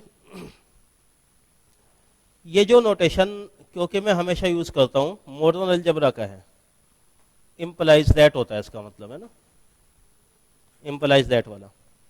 ये चीज मैंने खैर अब छोड़ दी, इसका मतलब होता था देयर एग्जिस्ट, ये ई को मिरर इमेज करके जब बनाते हैं। ये नोटेशन क्योंकि मैं यूज करता था, इस वाले को खैर अब मैं यूज नहीं करता क्योंकि बार बार बताना पड़ता है, ये हमेशा यूज करता हूँ। ये एक्चुअली देखो मॉडर्न अलजेब्रा में यूज होता है, थ्योरी में स्टैंडर्ड बुक में कहीं कोई यूज करता नहीं, मैं यूज करता हूँ। हाँ मैंने देखा है कि कुछ जगह लोग इसको यूज करने लगे, कई जगह नोट्स में, उसमें अंदाजा भी हो जाता है कि कहाँ से कॉपी किया, हमारे कॉपी है कंटेंट, उससे अंदाजा भी हो जाता है कई चीज़ों में, ठीक है ना। लेकिन ये स्टैंडर्ड नहीं है। इसी तरह जैसे देखा होगा v equal to V S minus I R S, ये लिख देते हैं आई इंक्रीज v डिक्रीज, ठीक है ना। ये चीजें लोकल नोटेशन है जो पर्सनली हम यूज कर रहे हैं, मैंने यूज किया भी इसके लिए। आप लोग ऐसे वाले नोटेशन मत यूज करें, कोशिश करें, क्योंकि उससे एक तो लगेगा कि जितने लोग यूज करेंगे उससे अंदाजा होगा कि इन लोगों ने एक ही जगह के नोट्स कंसीडर किए हैं, वो चीज़ पकड़ में आ जाएगी फिर कि ये स्पेशल सा नोटेशन क्यों यूज कर रहे हैं। क्योंकि मैथमेटिक्स में होता है इतना, वैसे अंदाजन सब लोग जानते हैं लेकिन यूज तो नहीं होते इसके, इलेक्ट्रिकल इंजीनियर, क्योंकि वहां तो यूज आ नहीं रहा, तो इसकी जगह आप पूरा ही लिखे हो, इट इंडिकेट्स दैट, स्टेटमेंट में लिखे। ये एरो मत बनाए, increase, if it is increasing then it is decreasing, ठीक है ना। इस बात को भी जरूर लेकर चले। इसी तरह जैसे एक्सेलरेशन को हम हमेशा ऐसे लिख के छोड़ देते थे, या डी एक्सेलरेशन, ये स्टैंडर्ड वर्ड ही नहीं है। अगर डी एक्सेलरेशन है यहां पे इसकी कोई जरूरत नहीं, डी एक्सेलरेशन जो है पूरा वर्ड होता है अपने आप में। कंप्लीटली लिखें इसको। आई एम नॉट श्योर कि अगर आप एक्सेलरेशन को केवल इतना लिख देंगे कि उसमें मार्क्स आपके कटेंगे कुछ भी, फिर भी आई एडवाइस कि ऐसी चीजें मतलब आप वहां पर भी मत यूज करें, कंप्लीटली लिखे चलें। ये एरो और ये और वो इस तरह जो भी होता है ना, ये चीजें फॉलो करें कि जो चीजें स्टैंडर्ड बुक्स में यूज होती हैं, नोटेशन तो वही हमें यूज करने चाहिए। वो ठीक है अपनी सिंपलिसिटी के लिए, अब हम इन चीज़ों को यूज़ कर लेते हैं, वो कहते तो कोई ऐसी बात नहीं अपने आप पढ़ाई में प्रैक्टिस में। लेकिन जहाँ राइटिंग स्किल मैटर करती है फिर उसमें जरा स्टैंडर्ड वाली बातें ही यूज़ करते चले।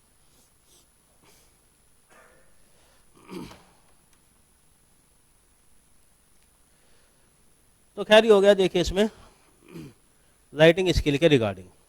तो प्रैक्टिस के टाइम पे जरा ध्यान रखेंगे कि यही समझ के करें कि आप जो है एग्जाम में लिख रहे हैं, ठीक है ना, कन्वेंशनल टेस्ट में, क्योंकि वो साइमल्टेनियसली स्टार्ट कराने पड़ेंगे आपके हमें।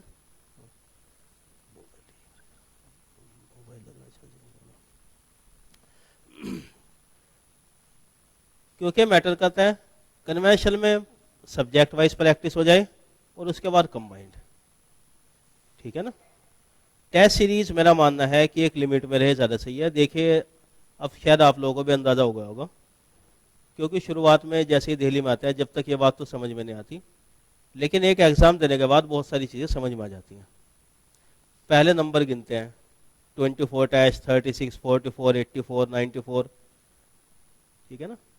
अब आपने खुद अंदाज़ा लगाया होगा कि कितने टेस्ट ज़रूरी हैं। ज़रूरी तो है, ये तो बात सब जानते हैं, हाउ मैनी, ये तो अंदाज़ा हुआ होगा ना कम से कम। जब आपका सिलेबस हो जाता है उसके बाद की बात भी अगर हम करें, मेरा जो आइडियल फिगर होते हैं मेरे according, once in a week, जैसे फुल सिलेबस का टेस्ट होना है, एक हफ्ते में एक टेस्ट हो जाए काफ़ी है, या आपको क्या लगता है 2-3 होने चाहिए?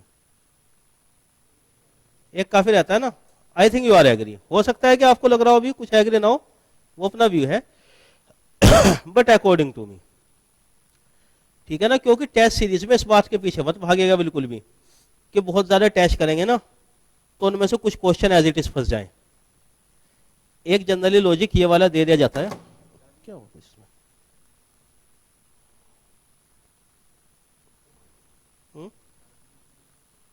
नहीं रहने दो, एक्चुअली जरूरी पूरा नहीं कुछ। तो टेस्ट सीरीज के बारे में जैसे ये रहता है, जनरली ऑब्जेक्टिव क्वेश्चन के टाइम ये चीज़ वैसे ज़्यादा होती है, अब तो शायद वो बात नहीं आएगी। ये लगता है कि बहुत सारे टेस्ट सीरीज दे देंगे तो कुछ क्वेश्चन माइंड में बैठ जाएंगे, उनमें से हो सकता है कि 1-2 फंस जाए। अब ये अंदाजा कम से कम हो गया होगा कि अगर एज इट इज क्वेश्चन ऐसे फंस भी रहा है तो कितने। कंसेप्चुअली स्ट्रॉन्ग होना जरूरी है कि रट लिया 3000, 4000, 10,000 क्वेश्चन मिल गए और वही फिर उसमें नंबर ऑफ टेस्ट सीरीज बढ़ा भी देंगे तो एक ही कंसेप्ट में मिलते जुलते क्वेश्चन आ जाएंगे, क्या फायदा उसमें बार बार। टेस्ट सीरीज का मतलब होता है कि आप प्रैक्टिस के अकॉर्डिंग करें उसमें। ये मत देखें कि ये वाला क्वेश्चन है इसको बस मैं रट देता हूँ, समझ में भले ही नहीं आया, इसमें से कुछ तो मिल ही जाएंगे वहां पर, यस वाली बुक के इतने क्वेश्चन मिल जाएंगे। अब तो कोई सा भी पेपर ऐसा नहीं आ रहा, गेट यस तो छोड़ दीजिए, कुछ पीएसयू के जो अलग से एग्जाम हो रहे हैं एसएससी जे वगैरह, उनमें भी ऐसा नहीं हो रहा कि क्वेश्चन एज इट इज मिल रहे किसी गाइड बुक से या कहीं से। ये बात अलग है कि बाकी लोग ज्यादातर ट्रेंड जो फॉलो करते हैं वो गेट या आईईएस का ही फॉलो कर भी लेते हैं बेसिकली, कि जैसे क्वेश्चन वहां पर आए थे कुछ कुछ उसी पैटर्न पे आ जाते हैं, लेकिन एज इट इज नहीं आता, बिना समझे नहीं होगा कुल मिलाकर। तो कन्वेंशनल के लिए तो खैर वो बात है ही, वो चीज भी। इट डजेंट मीन कि अगर बहुत सारी टेस्ट सीरीज हो जाएंगे तो आपको एज इट इज कुछ क्वेश्चन वहां पे ये मिल जाएंगे, या अगर आप लोग कन्वेंशनल के टाइम में सोचे पिछले सालों के बस पेपर लगा लेते हैं, प्रीवियस ईयर्स 10 ईयर्स 25 ईयर्स, तो उसी से हो जाएगा। कुछ लोगों का स्टेटमेंट अगर आपने सुना होगा कि कन्वेंशन के लिए क्या गया था, बस प्रीवियस ईयर लगाए थे, 25 ईयर्स मेरे मार्क्स अच्छा आ गए। ये बात गलत नहीं है, लेकिन उन लोगों के लिए हो जाता है जिनकी कंसेप्ट अच्छी बनी हुई थी, उन्होंने किए वही होंगे, लेकिन कंसेप्ट तो पहले से थी ना। इसका मतलब ये नहीं कि कुछ जाने ही नहीं, बस उस तरह का क्वेश्चन करना सीख लें। कंसेप्चुअली स्ट्रॉन्ग होना पड़ेगा उसके लिए। तो नंबर ऑफ टेस्ट सीरीज वगैरह सारी चीजें उस अकॉर्डिंग रहें कि इतने टेस्ट हो जाए कि लगभग लगभग जितने वैरायटी थी सभी कवर हो जाए। अब एक ही वैरायटी का क्वेश्चन हर एग्जाम में 10 एग्जाम में रिपीट होना, फिर वही होगा कि टेस्ट सीरीज में अपेयर होते रहेंगे या कभी रिवीजन भी करेंगे, तरीके से पढ़ाई भी करेंगे, ठीक है ना। आई डोंट माइंड कि स्टूडेंट यह है कि एक स्टूडेंट इनरोल कहीं होता है 10 जगह टेस्ट सीरीज करता है, वो ठीक है, मर्जी है अपनी, लेकिन आप खुद अंदाजा लगाइए कितने टेस्ट जरूरी हैं, रिवीजन का कितना टाइम मिलना है, या test paper simply cramming up करके कोई से भी एज इट इज, वो कोई नहीं क्लेम कर सकता कि हम आपको ये बता दें बस ये वाले क्वेश्चन है एसएमएस हो जाएगा। अगर हम ये कह रहे हैं कि हमारी बुक में से क्वेश्चन आपको मिल जाएंगे 90%, उसका मतलब ये है कि आप अगर उसको पढ़ेंगे कंसेप्चुअली तो आप कर सकते हैं क्वेश्चन कंसेप्ट पे हो, ये नहीं कि एज इट इज मिल जाएगा क्वेश्चन हो, या केवल डेटा बदल के मिलेगा, ऐसा भी नहीं, ये कोई गारंटी नहीं ले सकता। सिलेबस तो वही है, आना सब कुछ वहीं से ही है। मोर ओवर, अब देखिए इसमें इंजीनियरिंग सर्विस में क्योंकि सिलेबस ज़्यादा होता है, कवरेज ज़्यादा है, तो ऑब्वियसली ये वाला भी मैटर कर जाता है एक चीज़ कि आउट ऑफ द पैटर्न के क्वेश्चन कभी कभी आ जाता है ऑब्वियसली। जैसे एक आध बार क्वेश्चन आया है, आई थिंक प्रीवियस 15 ईयर्स से, क्या जो मेरे ध्यान है लगभग, उससे पहले का तो मेरे याद नहीं भी, नॉन लीनियर कंट्रोल सिस्टम से एक आध क्वेश्चन का भी। अब अगर उसके लिए आपको लगे कि नहीं वो क्वेश्चन आया था नॉन लीनियर कंट्रोल सिस्टम का, और ईएस के इलेक्ट्रिकल के सिलेबस में लिखा भी है, इलेक्ट्रॉनिक्स ब्रांच में नहीं लिखा वो ईएस में, कि वो कवर किया जाए, तो ऐसी चीज़ों के लिए कोई समझदारी नहीं है। क्योंकि देखो नॉन लीनियर कंट्रोल सिस्टम कम से कम उसमें 15 से 18 घंटे लग जाते हैं अगर आपको क्लास उसकी कराई जाए, ठीक है ना। Once I have delivered lecture on that, एक बार उस चीज़ को टॉपिक में करा चुका हूँ, इसलिए मुझे पता है। लेकिन उसमें होगा क्या, आप खुद अंदाजा लगाइए कि अगर 18 आवर्स की क्लास हो रही है ऐसे टॉपिक के लिए, उसके बाद 20-30 घंटे आप लगाएंगे उसमें पढ़ने में, फिर उसका क्वेश्चन आता है या नहीं आता है वो अलग बात है। क्वेश्चन आ जाता है, आपके पास टाइम बचेगा उसे करने लायक? ये तो शुरू से ही मैंने आपको बताया था कि अगर आप 80-85% अटेम्प्ट कर लेते हैं बहुत बड़ी बात होगी, यानी 10-15% पोर्शन आपका छूट जाना है, तो वो छूटने वाली ही चीजें हैं, वो बातें ही छूटने वाली हैं कि इतना पोर्शन तो उतना क्वेश्चन, इतना पोर्शन छूट जाए। इसलिए सभी सब्जेक्ट के बारे में है, क्योंकि ऑब्वियसली 100% सिलेबस अगर करने भी जाएंगे ना तो नहीं बनता। सिलेबस कवरेज का रूल यही होता है, देखो जैसे ये टाइम हो गया, ये सिलेबस हो गया, ठीक है ना। इसका ग्राफ कैसे बनता है, टाइम लगाओ सिलेबस कवरेज बढ़ता जाएगा, एक लिमिट के बाद, ये जनरली 90% मान लेते हैं, वैसे 80% काफी होता है। इसके बाद क्या हो जाएगा, सैचुरेशन, बिल्कुल ठीक है ना। इसके बाद आप टाइम बढ़ाते जाओ, टाइम बढ़ाते जाओ, सिलेबस का कवरेज बहुत मुश्किल से बढ़ेगा। 100% सिलेबस करने में तो पता नहीं कितना टाइम। ऑप्टिमम पॉइंट यहाँ जहां पर मशीन को भी यूज करते हैं हम हिस्टेरेसिस में, इसके लिए अगर कह देते हैं 1 ईयर, तो 100% सिलेबस बढ़ाते जाओ, कट ही नहीं करेगा कहीं, 15-20 साल भी कम पड़ जाएंगे, ठीक है ना। बिकॉज आफ्टर बीटेक 17 ईयर्स तो मुझे हो गए इस फील्ड में, just after BTech I have started teaching. 100% तो जब भी नहीं होता, कभी होगा ही नहीं, क्योंकि कितना कितनी चीजें कवर करेंगे। ऑप्टिमम पॉइंट तो यहीं पर है ना, समझदारी इसी जगह है जहां पर हम यूज करते हैं, आगे यूज नहीं करेंगे। तो इसलिए वो चीज आउट ऑफ द सिलेबस है, वो वाली चीज आउट ऑफ द सिलेबस है, या वो कहां से आता है, उसके कुछ क्वेश्चन आते हैं, उस चक्कर में ना पड़े। आपको अगर देखने में लग भी सकता है कि नॉन लीनियर का क्वेश्चन आया था, कि पढ़ के लगा था उसका सॉल्यूशन कुछ मुश्किल नहीं है, ऑब्वियसली नहीं है, लेकिन जरूर थोड़ा है, वही वाला क्वेश्चन बिल्कुल आ जाएगा, है तो आसान ही, लेकिन टाइम कितना लगाएंगे उसके लिए, बात ये नहीं होती मुश्किल है। ये अलग चीज हो सकती है कि कुछ लोग ऐसी टेक्निक भी फॉलो करते थे, शायद आप में से भी करते हो, कि सिलेबस कवर हो जाए जितना अच्छा है 90-80%, बाकी आउट ऑफ द सिलेबस के जो क्वेश्चन आ चुके प्रीवियस ईयर उन्हें कुछ रट लेते हैं। That is different thing. अगर आप वो करना चाहें, टाइम है, I am not against that, कि हो सकता है कि रिपीट हो जाए, तो चलो हम लिख देंगे, लेकिन रिपीट हो जाए और लिख देंगे यहां तक। ये ना हो कि कुछ भी आ जाएगा तो कुछ तो लिख ही देंगे, ऐसा नहीं कि नॉन लीनियर का क्वेश्चन तो कुछ और याद किया था, वहां कुछ और आया कि वही लिख रहे हो उल्टा सीधा, वो चीज भी नहीं होनी चाहिए। तो उसकी प्रोबेबिलिटी जनरली कम हो जाती है। इसलिए जनरली जो गारंटी भी हम देते हैं आईईएस में कि भाई हमने आपको सिलेबस कराया है क्लासरूम में, कंप्लीट हो गया, 90% इसमें से आपको पेपर मिल जाएगा, इतनी श्योरिटी है, जबकि उससे थोड़ा ज़्यादा ही मिल जाता है हमेशा। 100% के बारे में कभी भी नहीं कहते। ईएस का जो 2016-17 से पहले ऑब्जेक्टिव होता था अप टू 16, उसमें इसलिए मैंने हमेशा ये कहा था कि 120 में से 110 के अराउंड 105 तक मिल जाएंगे, इससे ज़्यादा ऑब्वियसली नहीं। 100% की, क्योंकि इसमें गारंटी वाली बात ही नहीं कुछ भी कि कहाँ तक कितना कितना चीज़ें कवर कराई जाए, और वो काफ़ी भी है, हम तो इसी पे गेम खेल रहे हैं ना, यहाँ तक के लिए, ठीक है ना। तो अब कम से कम कन्वेंशनल के टाइम इस चीज़ को छोड़ दे कि वो चीज़ क्यों नहीं हुआ, वो क्यों नहीं हुआ, उसका क्वेश्चन आया था, उसका क्वेश्चन आया था। जब आपका एक कवरेज 80-85% है, तो आप अपने रिवीजन पर ही ध्यान दें। इधर उधर से ये चीज़ें ढूंढते फिरेंगे, बहुत टाइम लग जाएगा। और कम से कम इंटरनेट पे तो बिल्कुल ही मत ढूंढिएगा, क्योंकि देखिए इंटरनेट पे आप एक आर्टिकल डालते हैं, 10-20 खुल जाते हैं वेबसाइट, और उसमें 10-20 पेपर आ जाते हैं। अगर आपने ट्राई किया होगा कि आपको ये ढूंढना है, क्लिक किया, वो पीडीएफ डाउनलोड होना शुरू हो जाती है अपने आप, और जब वो डाउनलोड होते हैं बाद में देखते हैं 10-20 पेज हैं, समझ में नहीं आता क्या था क्या नहीं, वो रिसर्च पेपर खुल जाते हैं उससे रिलेटेड। तो जब आपका सिलेबस बीटेक लेवल तक है तो रिसर्च पेपर की जरूरत पड़ेगी, आप खुद अंदाजा लगाइए।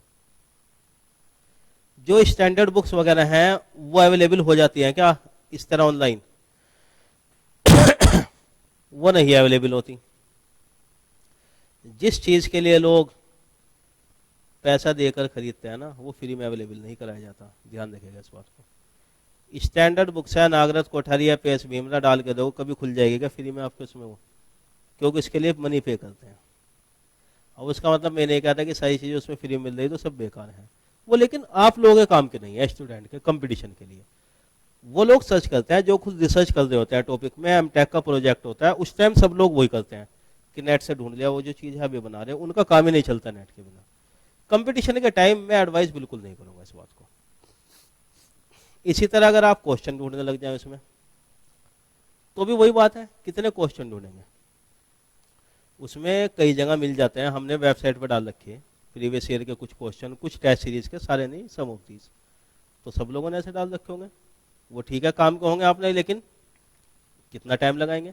और वो फिर मिक्स होकर भी खुल जाएंगे। कुछ क्वेश्चन ऐसे मिल जाएंगे उसमें जो कंपटीशन के अकॉर्डिंग नहीं है, किसी और पर्पज से डाले गए थे, तो वहां पे उलझ गए।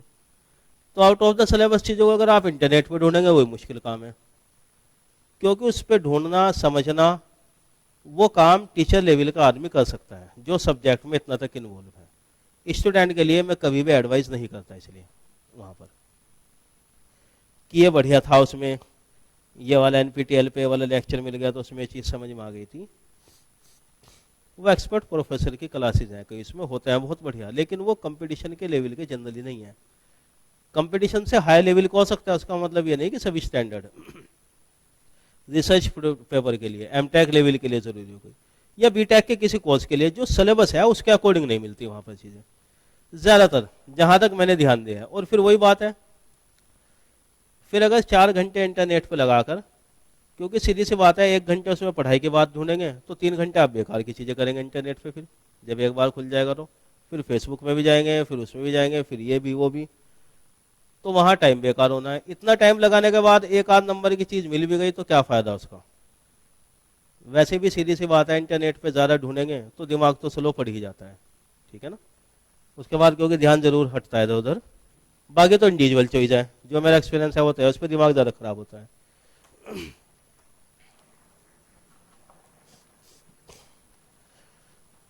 चलिए इसमें जो क्वेश्चन वगैरह कुछ स्टार्ट करेंगे, फिर कोई अगर क्वेरी है वो डिस्कस करते हैं अभी इसी के रिगार्डिंग, और कोई डाउट आ रहा हो माइंड में कुछ इसके रिगार्डिंग ये डिस्कस करें, साथ साथ तो वह चलती रहेंगी ये वाली बातें। Yes, any other thing? हम्म,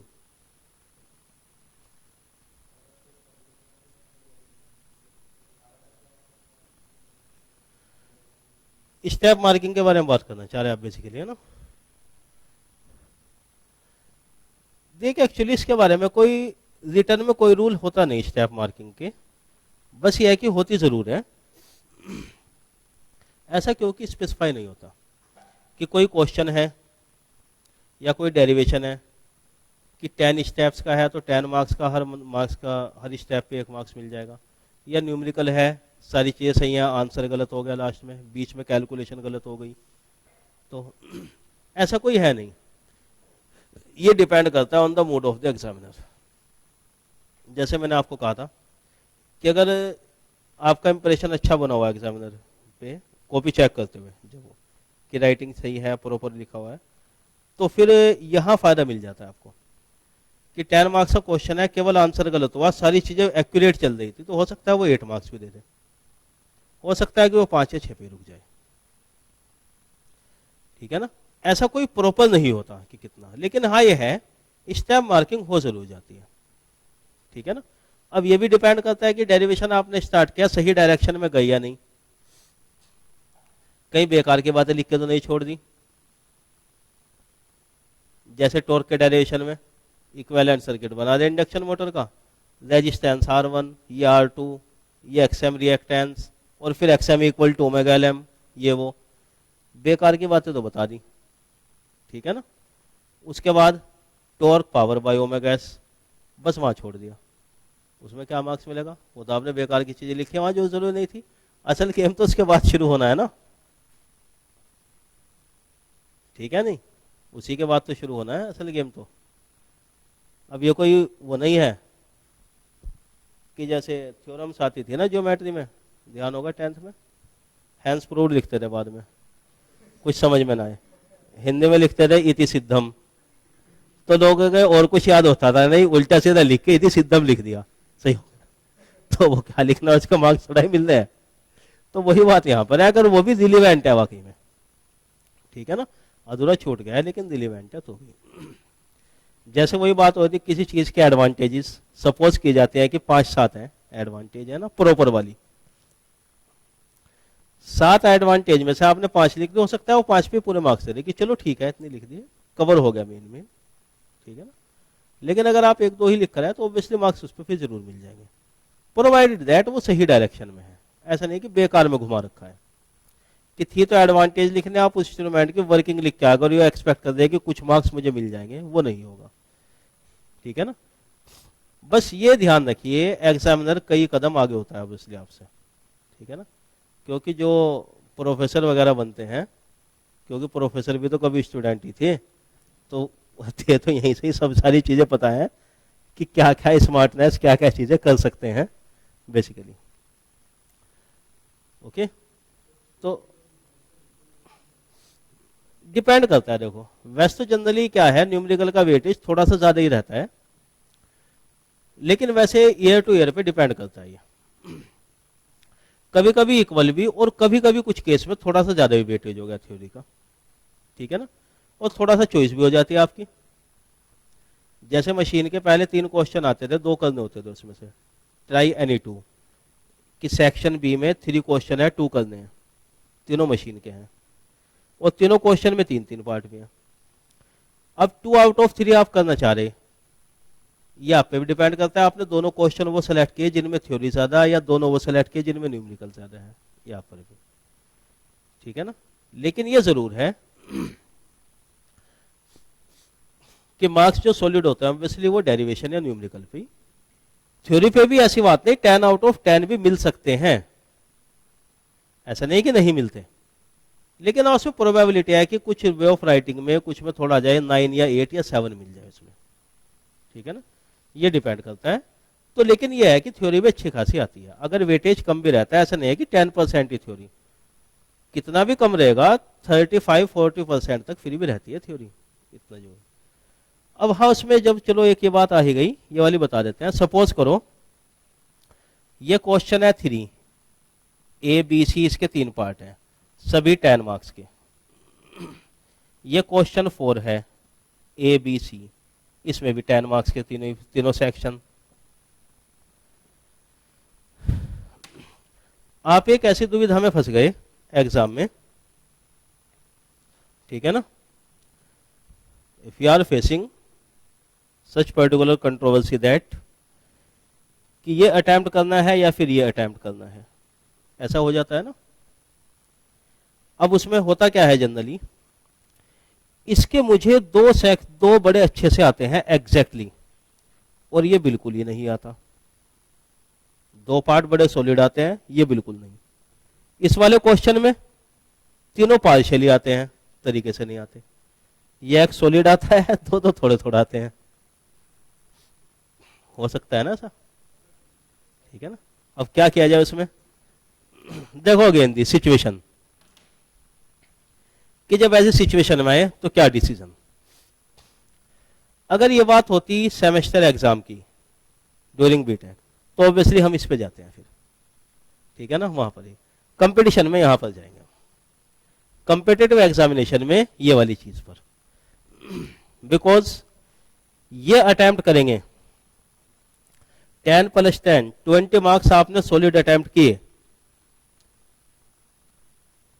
या चलो ये तीनों थ्योरी थी, आती ये भी थी, तो ये इसमें दो न्यूमेरिकल तीसरा नहीं, 20 सॉलिड अटेम्प्ट किए, 20 मार्क्स में से बढ़िया मार्क्स आपके 18 या 17 आ गए, बड़ा सही है। यहां तीनों तरीके से नहीं आते थे, पता चला कि 6 मार्क्स मिले, मिल गए तो 18 ही है, ये हो सकता है कम भी मिल जाए। लेकिन इस 18 में इस 18 में डिफरेंस भी तो है, टाइम कितना बचा है यहां पर, ठीक है ना, टाइम भी तो एक फैक्टर है ना, दैट्स वाई। और जनरली ऐसी सिचुएशन में जनरली यही होता है। हाँ ये अलग बात है कि अगर एक ही क्वेश्चन तरीके से आता हो, दो नहीं आता हो बिल्कुल, फिर दैट इज डिफरेंट थिंग। लेकिन इस वाले केस में you should go for this, I advise. ये नहीं है कि उसमें मुझे तीनों आते हैं, क्योंकि तो पेपर देने के टाइम में आपको पता चलेगा कि टाइम कितना शॉर्ट पड़ता है, ठीक है ना। अगर कोई ये कहता है कि टाइम शॉर्ट ही नहीं पड़ा था, बहुत टाइम था, इसका मतलब क्या होता है कि इसको कुछ नहीं आता, फिर सीधी सी बात ये होती है।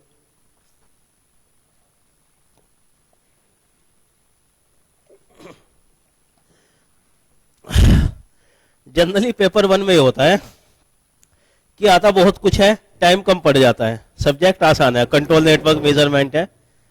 पेपर 2 कोर सब्जेक्ट है, वहां जरा पेपर टफ होता है, टाइम बहुत हो जाता है। ये हो जाता था जनरली इसमें, ऑब्जेक्टिव या कन्वेंशनल दोनों में ऐसे होता है, इलेक्ट्रिकल इंजीनियरिंग में ही नहीं, ये इलेक्ट्रॉनिक्स ब्रांच में भी, सिविल मैकेनिकल का तो खैर मैं नहीं कह सकता, ई और इसी में तो जनरली होता है, पहला पेपर आसान होता है, टाइम कम पड़ जाता है, तो दैट इज डिफरेंट थिंग, है ना। लेकिन हाँ इस सिचुएशन में ऑलवेज आई प्रीफर दिस, मैं प्रीफर ये करूंगा कि अगर ये सही से आता है तो ये ठीक है, इसे छोड़ो। ऑन एन एवरेज बल्कि तरीका ये रहेगा कि हर क्वेश्चन में दो पार्ट बहुत सॉलिड होते जाएं, जितने क्वेश्चन करने थे। तीसरा कुछ क्वेश्चन में होगा, कुछ में नहीं होगा, ऑन एन एवरेज मिलाकर वही होगा कि 75-80% पेपर अटेम्प्ट हुआ। वो अटेम्प्ट होने का मतलब ये होता है, क्योंकि तीनों पार्ट तो बहुत मुश्किल है, किसी क्वेश्चन के तरीके से आते होंगे, तरीके से हो जाएंगे, एक आध जनरली उलझ ही जाता है। किसके लिए?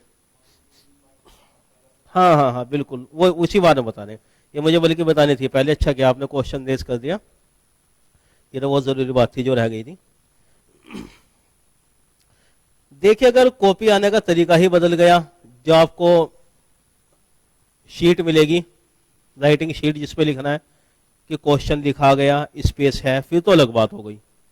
लेकिन जो अब तक का ट्रेंड है वो, उसमें जनरली देखा होगा फ्रंट पेज पर, बल्कि पुराने स्टाइल की कॉपी एक मिल जाती है, किस दिन मंगाकर मैं आपको दिखा दूंगा उसी पैटर्न की।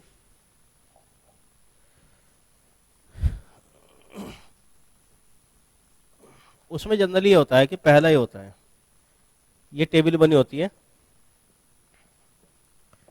यहां पे होता है कि क्वेश्चन नंबर, पेज नंबर, ऐसे कुछ होता है कि कहां पे लिखा है, पेज नंबर और आंसर शीट नंबर, क्योंकि आंसर शीट भी तो कई लेते हैं ना मेन के अलावा, A, B1, B2, B3 ऐसे होते हैं ना, जो मेन होती है उसको A कॉपी, उसके अलावा B1, B2, B3 लेते जाते हैं जैसे। इसमें अब देखो जनरली ये होता है कि अगर यहाँ पे हमें लिखना होता है कि कहाँ हमने क्वेश्चन किया। सपोज करो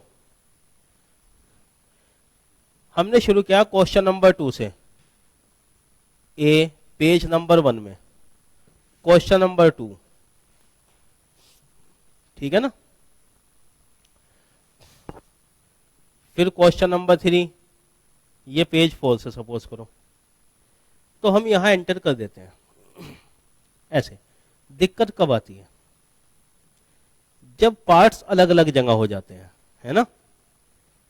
फॉर एग्जाम्पल इसके तीनों पार्ट्स हमने सीक्वेंस में कर दिए एक ही जगह, इसके भी तीनों पार्ट एक ही जगह कर दिए, तो वो ऑब्वियसली कोई दिक्कत वाली बात नहीं। क्वेश्चन नंबर ये ए पेज नंबर 1 से, क्वेश्चन नंबर 3 ये B1 पेज 5 से, इसका ही रहा ऐसे।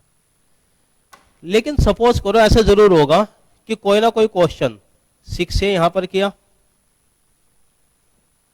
B1 के पेज नंबर 9 से, 6B पता चला कि आपने किया B1 वो B2 के बाद में कभी पेज नंबर 15 से। In between question number 4 attempt किया था, क्वेश्चन नंबर 5 भी, ऐसे तो आ सकते हैं ना चीजें। उसमें ये बात सही तो लगती है कि चलो एक पार्ट नहीं आता, उसके लिए स्पेस छोड़ दें 6 के बाद B और C के लिए, फिर आगे अटेम्प्ट कर लें। लेकिन इस चीज का अंदाजा लगाना हमेशा पॉसिबल नहीं होता कि कितना पेज छोड़ना है ना। कि अलग अलग क्यों करे, एक जगह करे पेज छोड़ दे। अगर आपने यहाँ पेज छोड़ भी दिया 6B के लिए, बाद में हो सकता है वो जगह ही कम पड़ गई,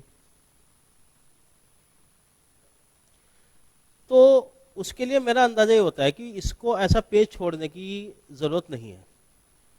जिस क्वेश्चन को आपने 6 को अलग अलग जगह कर रखा है, अब इसका एड्रेस कहां बताएंगे, सीक्वेंस में तो नहीं है। जो क्वेश्चन आपने अलग अलग जगह कर रखा है, देखो जस्ट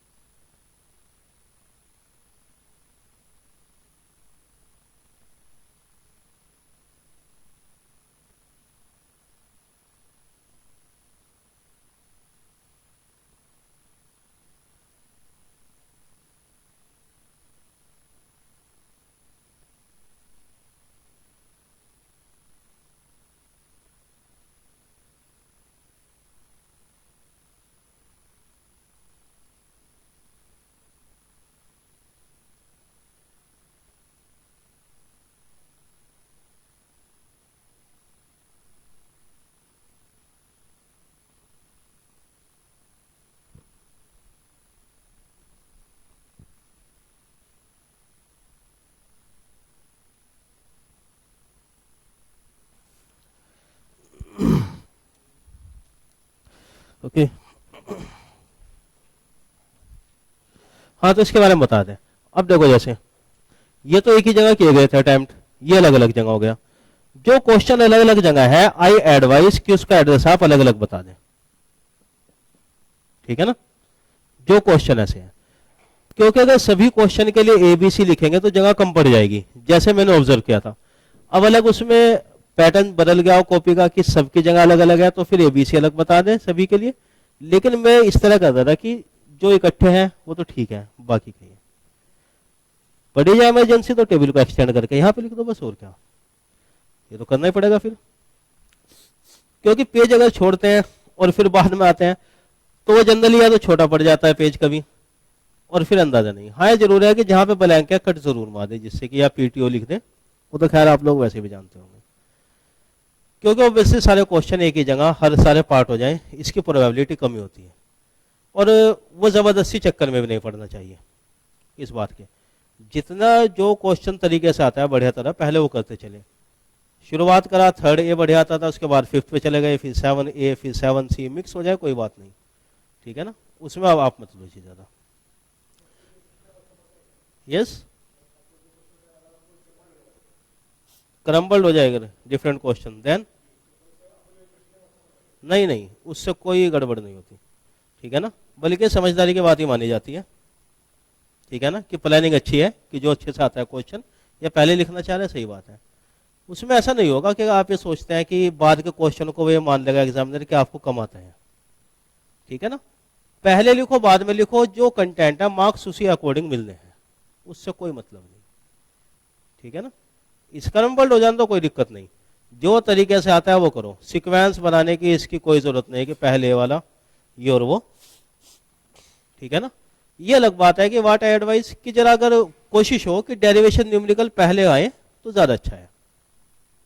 बाद में थ्योरी में टाइम उसी तरह मैनेज कर सकते हैं, ठीक है ना, कि शुरू में पहले जरा न्यूमेरिकल से आ जाए फिर थ्योरी। पहले क्वेश्चन थ्योरी मैं जरा अवॉइड करता हूं उसे, वैसे उसमें कोई ऐसा ना तो हार्ड एंड फास्ट रूल है ना, मुझे लगता है कुछ नेगेटिव होगा। जनरली ये सेक्शन, ये एडवाइस हमें दी गई थी बीटेक के टाइम इन IIT रुड़की। ये एक्चुअली एक हमारे प्रोफेसर ने बताया था, उन्होंने कहा था कि भाई जो हमारा वो पेपर का पैटर्न खुद ही बताया था कि ऐसे ऐसे पेपर आएगा। लास्ट क्वेश्चन होता है शॉर्ट नोट्स का, वो शॉर्ट नोट इसलिए दे देते हैं कि आपके मार्क्स बन जाए कुछ जो ना आता हो। लेकिन उनका कहना यह था कि ये जरा शॉर्ट नोट्स बिल्कुल शुरू में हो जाए ना तो मुझे अच्छा नहीं लगता, क्योंकि ये चीज़ उसके लिए। तो वो वाली बात से अगर मैं कोरिलेट करता हूँ तो थोड़ा सा ये लगता है कि जैसे कि न्यूमेरिकल से शुरुआत हो तो शायद थोड़ा ज़्यादा अच्छा रहे, ठीक है ना। लेकिन ज़बरदस्ती की बात नहीं, थ्योरी अच्छे से आती है आपको, न्यूमेरिकल नहीं आ रहा तो आप थ्योरी से शुरुआत करो, ज़रूरी वही है एक्चुअली। तो ये आंसर शीट को तो आपको ऐसे मैनेज करना पड़ेगा, ओके। जहाँ तक रफ वर्क की बात है वो at the end of the page her copy के कहीं भी आप कर सकते हैं। उसमें मतलब करने को लोग कुछ करते भी हैं, एंड आई कैन नॉट से कि वो गलत है क्या, कि कॉपी के एक साइड बना लिया, ये स्पेस अपने आप रफ के लिए यहां करते जा रहे। आई डोंट एडवाइस, वो पीछे करने में ज्यादा सही है। यहाँ पे आप लिखते जा रहे, क्यों रफ वर्क में यहाँ घसड़ वसड़ यहाँ पे कर दे बेकार की, वो सही नहीं। और दूसरी बात है कि जो विड्थ होती है पेज की वो कम होती है, जगह ही कम बचेगी आपके पास। फिर अगर हर जगह रफ के लिए ऐसे बनाते चलेंगे कुछ जगह, तो वो at the end of the last वहां पे कर लें, बस उसको कट वगैरह कर दें बाद में जरूर, बस तो समझ में आ जाता है कि वो रफ वर्क है, ठीक है ना। लेकिन हाँ रफ वर्क किसी पर होना चाहिए, क्योंकि ऐसा नहीं कि क्वेश्चन पेपर पे आप कर दें, वो सही नहीं है जल्दी जल्दी में। क्योंकि यहाँ तो ऐसे भी नहीं कि रफ वर्क के लिए स्पेस कम मिला है, ऑनलाइन में तो शायद दिक्कत आ जाती है, वो एक ही पेज मिलता है ना रफ के लिए, जगह कम पड़ जाती है। उसका तरीका फिर वही कहते हैं कि पहले पेंसिल से करो फिर पेन से लिख लो उसी के ऊपर, या रबड़ वगैरह यूज कर ली जाए, व्हाटएवर भी। हाँ तो और बताओ, चलो खैर आज तो इन्हीं बातों को डिस्कस कर लेते हैं, फिर क्वेश्चन कल से कर देंगे स्टार्ट। लेकिन बताइए खैर और भी कुछ डिस्कशन रहे, ठीक है ना। एंड रिमेंबर वन थिंग, देखिए एक्चुअली प्रिपरेशन के बारे में या किसी भी रिगार्डिंग, ठीक है ना, एक जो एडवाइस रहती है जनरली देखिए एक्चुअली ये नहीं हो पाता, वो नहीं हो पाता, टाइम नहीं है, वो नहीं है, all these are basically excuses. क्योंकि ऑब्वियसली जब भी कुछ चैलेंजेस की बात आती है, किसी का एग्जांपल दिया जाता है, लोग दे भी देते हैं एग्जांपल, जैसे कि former president doctor Abdul Kalam के बारे में देखो, या आजकल जैसे कह देते हैं कि बिल गेट्स के बारे में उनकी सक्सेस है, तो उसमें हम एक्सक्यूज ढूंढते हैं कि उनके पास ये चीज़ अवेलेबल थी, उन्होंने ऐसे किया था, मैं वो नहीं कर सकता, मैं वो नहीं। ये देखते हैं उनको फैसिलिटी ये थी, मेरे पास ये नहीं है, ये आपस में भी ये कंपैरिजन करते हैं। देखो ऑब्वियसली नेचर की तरफ से गॉड गिफ्टेड चीज़ें अलग अलग होती हैं सबके लिए, सबके पास एक से नहीं। But surely one thing is common given to us, that is 24 hours per day. किसी को ऐसा नहीं है कि किसी को 40 घंटे मिले या किसी को 20 घंटे, टाइम उतना ही होता है सभी के पास। जितने लोग प्रिपरेशन करते हैं टाइम तो वही है। इस चीज़ में कोई कंप्लेन नहीं कर सकता कि ये कम है या ज़्यादा है, बाई किस चीज़ में कुछ भी हो। तो जहाँ तक टाइमिंग की बात है, कितना या ये नहीं हो पाता, वो नहीं हो पाता, एक्सक्यूज है, सब कुछ इसी टाइम में ही होता है जितने टाइम है आपके पास अवेलेबल। कि अगर ये लगेगा कि ये 3 महीने ही मिले हैं मेंस के लिए, भी मई में एग्ज़ाम हो जाएगा, कि कैसे होगा इसमें, क्योंकि आज से काउंट करें तो शायद 3 से भी कम ना पड़ जाए महीने थोड़े। अब जो कुछ होगा होना तो इसी में ही है, सभी लोगों के पास टाइम यही है। और ये भी नहीं कह सकते कि ये पहला अटेम्प्ट है, ये सभी का ही पहला अटेम्प्ट है इस पैटर्न पे। तो क्योंकि जरा एक इस बात की जरूरत पड़ती है, जैसे पहले मुझे लगता नहीं था कि ये मोटिवेशनल थिंग्स, सम इंस्पिरेशनल थॉट्स कि ये ज़रूरी हैं। बेसिकली थोड़ा सा इसलिए अंदाजा हुआ है, actually I have visited to many places to deliver seminar on this purpose, get IAS etcetera. Last week I was in Aligarh University. तो वहाँ भी एक्चुअली यही होता है कि जो डायरेक्टर्स वगैरह होते हैं, इवन प्रो VC सर, उनका कहना ये था कि स्टूडेंट मेहनत नहीं करते, उतनी मेहनत नहीं करना चाहते, या पता नहीं कुछ इंस्टिंक्ट नहीं लगती इनमें कि कुछ करना है, कुछ बनना है, बस ये सोचता है कि छोटी मोटी जॉब मिल जा रही है। और ये जनरली सभी जगह से स्टेटमेंट है, ऐसी बात नहीं कि प्राइवेट कॉलेज कह रहे हैं, अच्छे कॉलेज हैं ग्रेटर नोएडा के या कहीं भी, मैनी प्लेसेस, तेजपुर यूनिवर्सिटी हो गई और बहुत जगह जहाँ मैंने विजिट किया, ये चीज़ कॉमनली रहती है। और इवन कि IIT NIT कुरुक्षेत्र में भी मैंने सेमिनार लिया था, वहाँ भी यही कंप्लेन थी कि ये स्टूडेंट ये नहीं करना चाहते, इंस्टिंक्ट नहीं है इनमें। तो उसमें कहते थे कि इनको कुछ मोटिवेट करना है, ये करना है। अब ये बात मुझे लगता था उसमें कि क्या मोटिवेट करना है, क्या बताना है, ये तो सब लोग जानते हैं, लेकिन अंदाजा हुआ कि स्टूडेंट ऐसी बातें सुनना भी चाहते हैं। पर्सनली मुझे लगता है कि क्योंकि क्लासेस का टाइम होता है कि उसमें इधर उधर की बातें करने में टाइम बेकार होता है, ज़्यादा अच्छा है कि 1-2 क्वेश्चन वगैरह ज़्यादा बता दे जाए। लेकिन अब जैसे लोगों से बातचीत हुई है तो लगता है कि स्टूडेंट चाहते हैं कि कुछ बीच बीच में मोटिवेशनल थिंग्स आती रहे, कुछ ऐसा होता रहे कि हाँ कि हमें मोटिवेशन करना है। तो उस चीज़ के बारे में, जैसे कि बेसिकली यहाँ की बात अगर हम करते हैं, व्हाट आई फील कि आप लोग मोटिवेटेड हैं जब भी आप लोग दिल्ली आए भी हैं और टाइम अपना लगा भी रहे हैं। मोटिवेशन ना होता, एक किलर इंस्टिंक्ट ना होती, तो फिर कहाँ मतलब यह है कि यहाँ तक आते हो, तैयारी करते हो। तो बस ये है कि वो मोमेंटम है, that basically you have to maintain. Other thing regarding the number of seats, कि कितनी सीट है, कम सीट है, ज़्यादा सीट है, ऑब्वियसली इस बारे में इलेक्ट्रिकल और इलेक्ट्रॉनिक्स वाले बहुत कंप्लेन कर रहे हैं आजकल कि सारी ज़्यादातर सीट तो सिविल के ब्रांच की आती हैं, ES में कम सीट्स हैं, कि कैसे होगा। देखिए ये वाली चीज़ जो है हमेशा डराती है ऑब्वियसली, नंबर ऑफ सीट के बारे में। लेकिन इस बात का ध्यान रखिए आप, let me tell you, first time when I appeared in the mains and interview in civil service year 2002, क्योंकि ES का इंटरव्यू इससे पहले हो गया था। First time I appear in 2002, I passed in 2000 but I could not appear in 2001 due to the limitation of age, क्योंकि age 21 बन नहीं रही थी, 10-12 दिन का चक्कर आ रहा था उसमें। तो इन ईयर 2002 व्हेन आई अपीयर्ड, तो उसमें नंबर ऑफ सीट्स के बारे में अगर मैं आपसे बताता हूँ, मेरे ES की तो मेरे ध्यान नहीं, सिविल सर्विस में there was least number of seat 288, सबसे कम IAS में। हमें भी ये लगता था कि इसमें होगा कैसे, खासतौर से मेंस के टाइम और इंटरव्यू के टाइम तो यही डिस्कशन था यूपीएससी में वहाँ पे ज़रा, कि इतने नंबर ऑफ सीट है, क्या होगा क्या नहीं होगा। तो वो चीज़ आप लोगों को भी ऑब्वियसली मुझे पता है परेशान करते हैं, लेकिन उसका जो मेरी एडवाइस है कि कभी भी नंबर ऑफ सीट मत देखो भाई। सिंपल सी बात है, वाट एवर मेरा number of seat, for selection I need just 1 seat. मुझे कोई 2 सीटों पे थोड़ा ही सिलेक्ट होना है, ठीक है नहीं। अब 1 सीट चाहिए, लेकिन कैसे? Consider cut off marks. आप टारगेट अपना मार्क्स को बना लो, लाइक आउट ऑफ 600 कन्वेंशनल, कि मेरा टारगेट है कि मुझे अराउंड 450 मार्क्स का अटेम्प्ट करना है, या 400 का मेरा टारगेट है। वो टारगेट 400 के बजाय 350 आएंगे, 325, दैट इज डिफरेंट थिंग।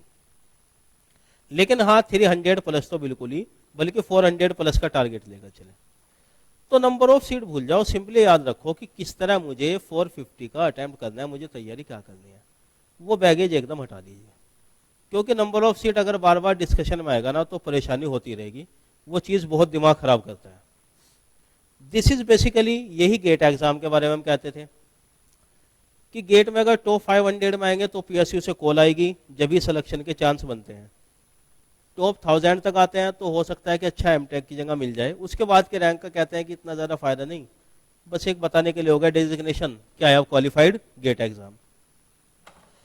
तो उसमें भी अगर नंबर ऑफ वैकेंसीज वगैरह देखेंगे कि ठीक है, large number of vacancies in PSU, and in addition to that for E and EC branch this year BSNL J2 vacancy has also been added around 2500, कि 7-8 लोग, 8 या 10 लाख लोग गेट में अपेयर हो रहे हैं, और वैकेंसी 25 या 30,000 है टोटल, तो भी लगता है कम है नंबर। इतने लोगों में 1000 में कैसे आएंगे, ये भी मुश्किल लगता है। लेकिन टारगेट ये बना है ना कि गेट में भी जैसे टारगेट था कि 75 मार्क्स लाने हैं मुझे, इतनी तैयारी इतना तरीके से करनी है कि 75 में रह जाए। उसके आगे फिर फाइट शुरू होती है टॉपर बनने की, टॉप 100 में, उसमें कि 80, 85, टॉप 10 में, वो डिफरेंट थिंग। लेकिन अगर 70 मार्क्स, 70 प्लस मार्क्स आ रहे तो श्योरिटी है कि रैंक कितनी बन जाएगी कि कॉल आ जाएगी। तो टारगेट हमेशा मार्क्स का बनाएं किसी भी एग्जाम में, रादर देन कि number of vacancies, rather than कि रैंक। और देखिए जो मुश्किल होता है ना कंपटीशन बेसिकली, वो फिर गेट में जो शुरू होता है टॉप 100 से और टॉप 10 में जाने में, वो काम ज़्यादा मुश्किल होता है, क्योंकि फिर 75 से 85 मार्क्स के बीच फिर वो फाइट शुरू होती है, क्योंकि उसके लिए बहुत डिफिकल्ट क्वेश्चन है, उनको सोल्व करना पड़ता है वहाँ पर। तो उसमें ठीक है थोड़ा प्लस माइनस हो जाए, लेकिन इतना ज़रूर है कि अगर आप मेहनत करेंगे तो इतने मार्क्स आप ला सकते हैं। यही बात कन्वेंशनल के लिए जो मेरा अंदाजा है कि 600 में से 350 प्लस बहुत बड़ी डील नहीं है। चीजें सिंपल रख के चले, बेसिक्स कवर करते चले। हाँ 400 प्लस वाकई में मुश्किल काम होगा उसके लिए, क्योंकि बहुत ज्यादा मेहनत होगी। लेकिन इतना जरूर है कि 300 प्लस पे भी, जहां तक मेरा अंदाजा है इसमें 350 प्लस पर, कि सिलेक्शन के चांस तो जरूर बनेंगे, कि इंटरव्यू अगर हल्का भी रहता है, फ्री में कम भी है, तो 350 प्लस पर। 400 पर शायद श्योरिटी आ जाए। बाकी तो देखो पेपर आना है, क्या आना है, पैटर्न होगा, उसी के अकॉर्डिंग डिसाइड होगा। लेकिन फोकस अपना टारगेट मार्क्स के लिए बनाइए। टारगेट कभी भी इसके लिए नहीं कि कितनी वैकेंसी हैं और क्या है, ये है और वो है, क्योंकि ये आप ही को नहीं, ये बात हर एक को परेशान करती है। कितना भी कॉन्फिडेंट, कितना भी कोई अच्छा कैंडिडेट हो, कुछ भी हो, जहां बात नंबर ऑफ वैकेंसीज वगैरह वगैरह की आती है, वो फिर प्रॉब्लम ही क्रिएट करता है इसमें। तो always think in this direction. More over देखिए, जैसे कुछ डिसीजन होते हैं on the spot, for example कुछ तो ब्रॉड डिसीजन होते हैं, जैसे स्ट्रैटेजी के बारे में आता है फाइनली, बहुत छोटी चीज, इसको जरा कंसिडर करो उस चीज से जिसमें हम बहुत ज्यादा इन्वॉल्व होते हैं। हम इंडियन सबसे ज्यादा इन्वॉल्व होता है क्रिकेट में, पॉलिटिक्स से भी ज्यादा शायद, ठीक है ना, उसमें बहुत ज्यादा हम एनालाइज करते हैं। लाइक अभी IPL T20 चलेगा, अगर टारगेट हो जाएगा 180 रन इन 20 ओवर्स, हम अंदाजा लगाएंगे जस्ट 9 रन पर over, not a big deal, हो जाएगा, ठीक है ना। और उसमें हम सलाह भी देते हैं, ऐसा करना चाहिए विनय, ऐसे करना चाहिए, इन पावर प्ले 6 में इतना स्कोर तो कम से कम होना चाहिए, इतना विकेट नहीं। ये क्रिकेटर नहीं, हम लोग भी, ये हमारे जैसे लोग भी जिन्हें क्रिकेट नहीं आता बिल्कुल भी, लेकिन हम भी सलाह देते हैं। और छोड़िए, सचिन को भी सलाह देते थे हम लोग, देते नहीं सलाह, अरे क्या जरूरत थी भाई ये वाला शॉट मारने की, ये ऑफ स्टंप के बॉल जा रही थी, छोड़ दिया होता, वही टू टच स्लिप में कैच को देके गया, वो बेवकूफ, ये कोई रन था, रन आउट हो गया। मतलब औरों को तो छोड़ दो, हम सलाह देने के बाद हम कोहली या सचिन को भी सलाह दे देते हैं, तो हम क्योंकि बहुत ज्यादा इन्वॉल्व हैं, तो उसी बारे में, because we Indian more passionate. तो जब वहां की स्ट्रेटेजी है, देखो स्ट्रेटेजी क्या बनाते हैं जनरली, अगर आपने कभी ध्यान दिया हो, 20 ओवर में 180 रन बनाना बड़ी बड़ी डील नहीं है, but not exactly 9 run in each over. 9 run पर over different thing, 9 run in each over is the different thing, वो तो नहीं होगा ना। तो क्या करेंगे, उसमें स्ट्रेटेजी क्या रहेगी, सबसे पहले देखना पड़ेगा अपोजिशन, बॉलिंग स्क्वाड। जब उसमें दिखेंगे 3 या 4 बॉलर हैं, 1-2 बॉलर जरूर ऐसे दिखेंगे, ओके, डेल स्टेन, मलिंगा या अश्विन, वो समझेगा भाई ये 4 ओवर डिफिकल्ट होने जा रहे हैं, these 4 overs going to be crucial, ठीक है ना। तो हम भी बता देते हैं बात, भाई मलिंगा के 4 ओवर निकाल दो, बस भले 20 रन आ जाए, बाकी में स्कोर करेंगे। फिर क्या देखा जाएगा, अच्छा एक पार्ट टाइमर जरूर मिलेगा, एक हलवा जरूर मिलेगा पार्ट टाइमर, उस पर 50 रन आना चाहिए इसके 4 ओवर में, होता है नहीं कि ये इसकी बॉलिंग नहीं है, इसको तो इसके रन में तो 50 ओवर रन आने चाहिए। तो हम क्या करते हैं, वहां मैनिपुलेट करते हैं ना, इस पे इतना और इस पे इतना। फिर इसी तरह जब 1 ओवर की बात आती है कि 12 रन इस ओवर में आने चाहिए, नॉट जस्ट 2 रन पर ओवर।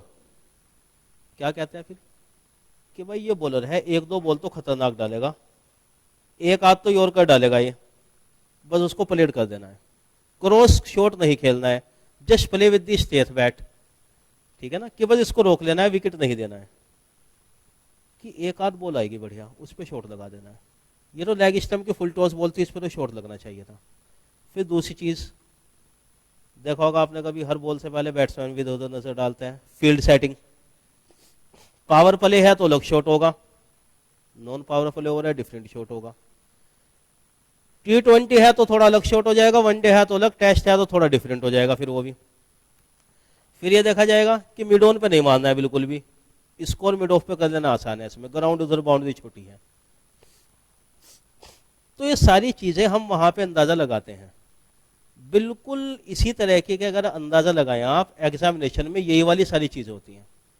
जब एक टारगेट होता है कि मुझे 300 नंबर में से 250 मार्क्स करने हैं, तो सबसे पहले क्या देखा जाता है, ये वाला सब्जेक्ट जरा डिफिकल्ट आता है, जैसे इलेक्ट्रॉनिक्स में कम्युनिकेशन और इलेक्ट्रिकल में पावर इलेक्ट्रॉनिक्स वाला, ये सारी यॉर्कर लेंथ की डिलीवरी है, विकेट नहीं देना है, इसमें मुझे टाइम नहीं वेस्ट कर देना है। नेगेटिव मार्किंग तो यहाँ है नहीं कि इसमें टाइम लगा दूं ना हो, इसको जरा थोड़ा बाद में देखते हैं आराम से, पहले ढूंढते हैं। नेटवर्क कंट्रोल है, डिजिटल है, आसान क्वेश्चन इस पे।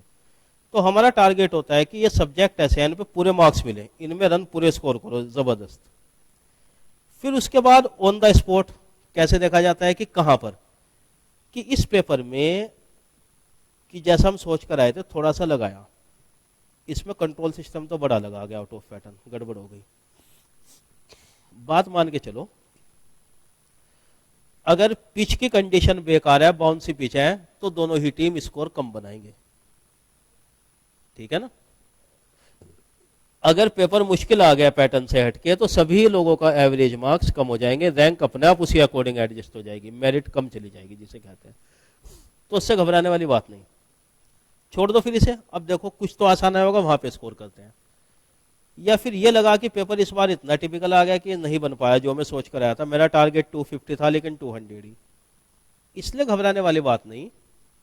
अगर पिच खराब है तो 120 रन पे भी जीत हार हो जाती है T20 में, जरूर नहीं कि 200 ही, और अगर पिच वैसी हो तो 200 रन भी सेफ नहीं होते।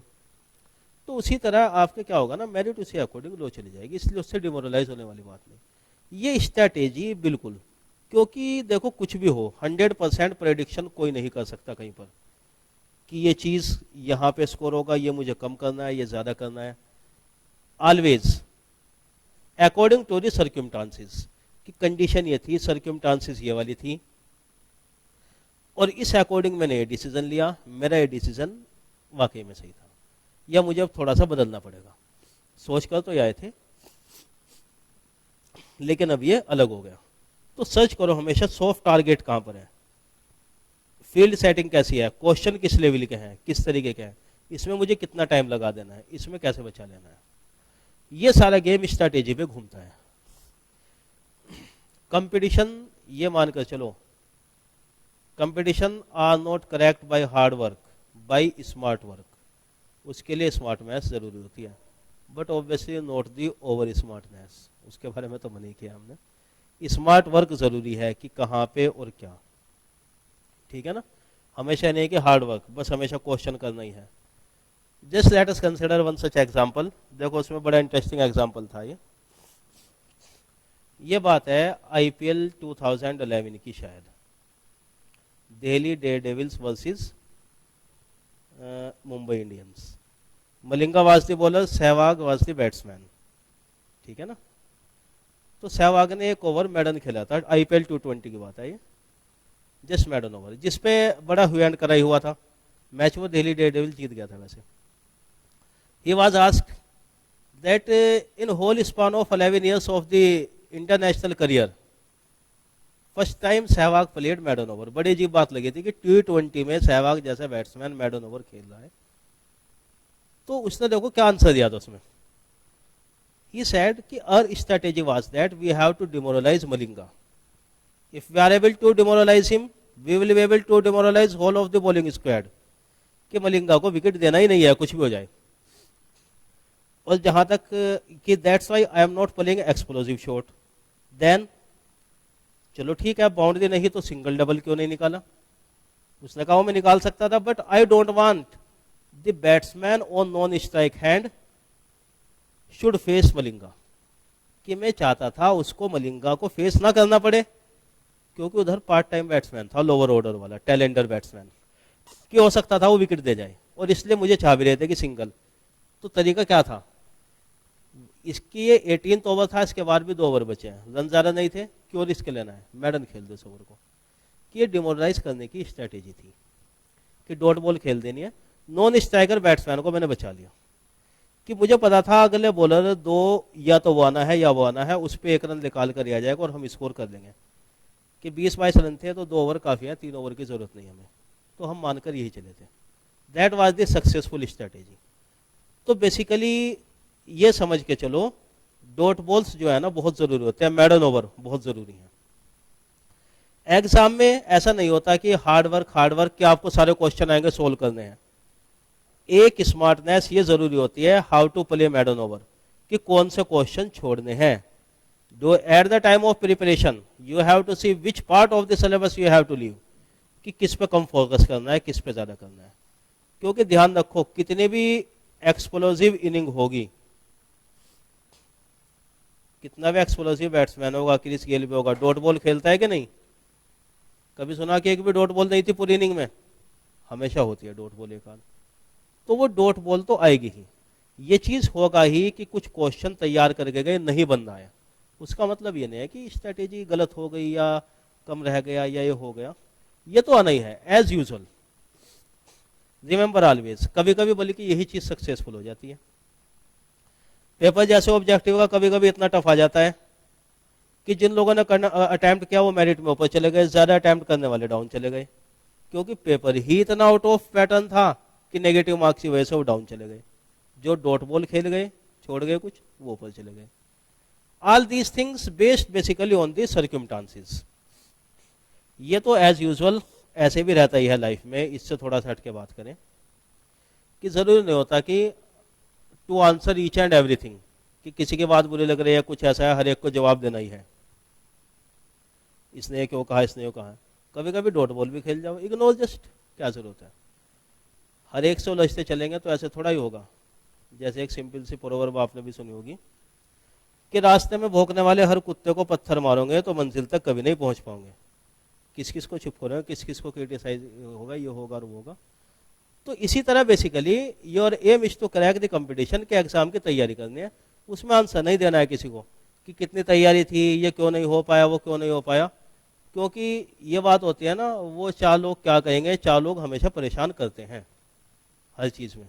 ये खुद पे डिपेंड करना है कि क्या छोड़ना है, बेसिकली क्या करना है, ठीक है ना। तो बिहेव इन दिस मैनर, ऐसा नहीं है कि कुछ भी चीज़ है बस इसको आंसर करना है कि ये क्वेश्चन आ गया बस मुझे इसको क्यों नहीं हो रहा करना ही है। कभी कभी कुछ क्वेश्चन जानबूझ के ऐसे आ जाते हैं कि आप उनको छोड़ दो। ये चीज़ ऑब्जेक्टिव का मेरे ध्यान है, क्योंकि example when I appeared in the civil service with mathematics as a preliminary, एक बार मैथ में क्वेश्चन आया था 4x4 डिटरमिनेंट सोल्व करने का, इसका वैल्यू क्या होगी, और उसमें कोई टेक्निक नहीं लग रही थी, कोई भी रो कॉलम ऑपरेशन वगैरह से, यानी सोल्व करना था। अब वो 4x4 का मैट्रिक्स है, बड़े बड़े डेटा 1 3 6 9 2 4 5 6, इतने बड़े बड़े डेटा, कैलकुलेटर अलाउ नहीं, हो तो जाएगा लेकिन टाइम कितना लग जाएगा। उस बार वही हुआ, जिन लोगों ने क्वेश्चन वो किया मैथमेटिक्स प्रीलिमिनरी में, वो लोग 50-60 क्वेश्चन तक अटक गए, और जिन लोगों ने छोड़ दिया था वो 70-80 भी कर गए।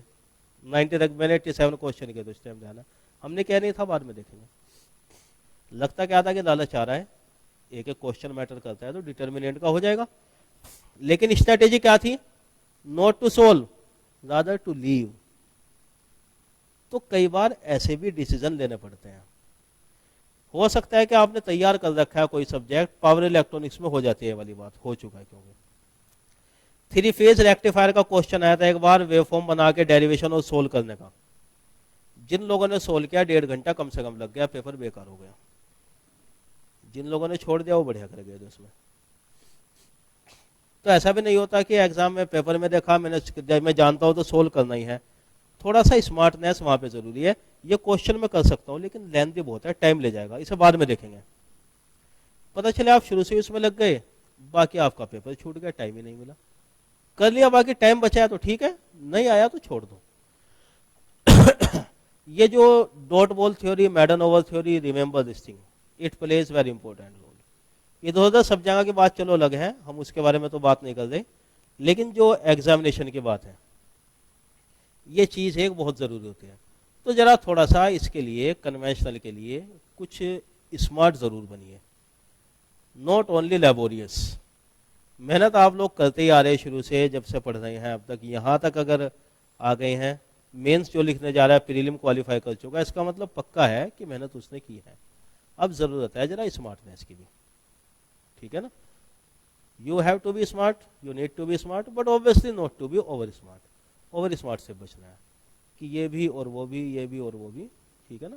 टारगेट अपना जितना लगता है जेन्युइन वाला 400 का रखो, ये मत सोचो टॉपर के तो 450 आते हैं। क्या पता कि पेपर कुछ ऐसा आ जाए कि आपके 450 हो जाए, you will be on the top, लेकिन शुरू से ही इतना प्रेशर मत लेकर चलो। कोई भी बैट्समैन टारगेट नहीं बनाता जिसने ट्रिपल बनाया होगा कि मुझे ट्रिपल बनाना है। टारगेट होता है 6 स्कोर, 100 हो गया, फिर सोचता है 2 भी हो सकता है, 250 तक आ गए, फिर उसके बाद सोचता है कि चलो हो सकता है। तो वही बात होगी, अभी तो आप ये लेकर चलो, ये क्वालिफाई करना है मुझे कैसे, वो सारी चीजें बाद के लिए होंगी। शुरू से ही प्रेशराइज हो गए इतना इतना, ये बहुत डिफिकल्ट काम होगा। यस, तो ठीक है, चलो फिर ऐसा है, देखिए इसमें क्वेश्चन होगा वो हम कल से शुरू करेंगे ना। तो टॉपिक कौन सा रहे?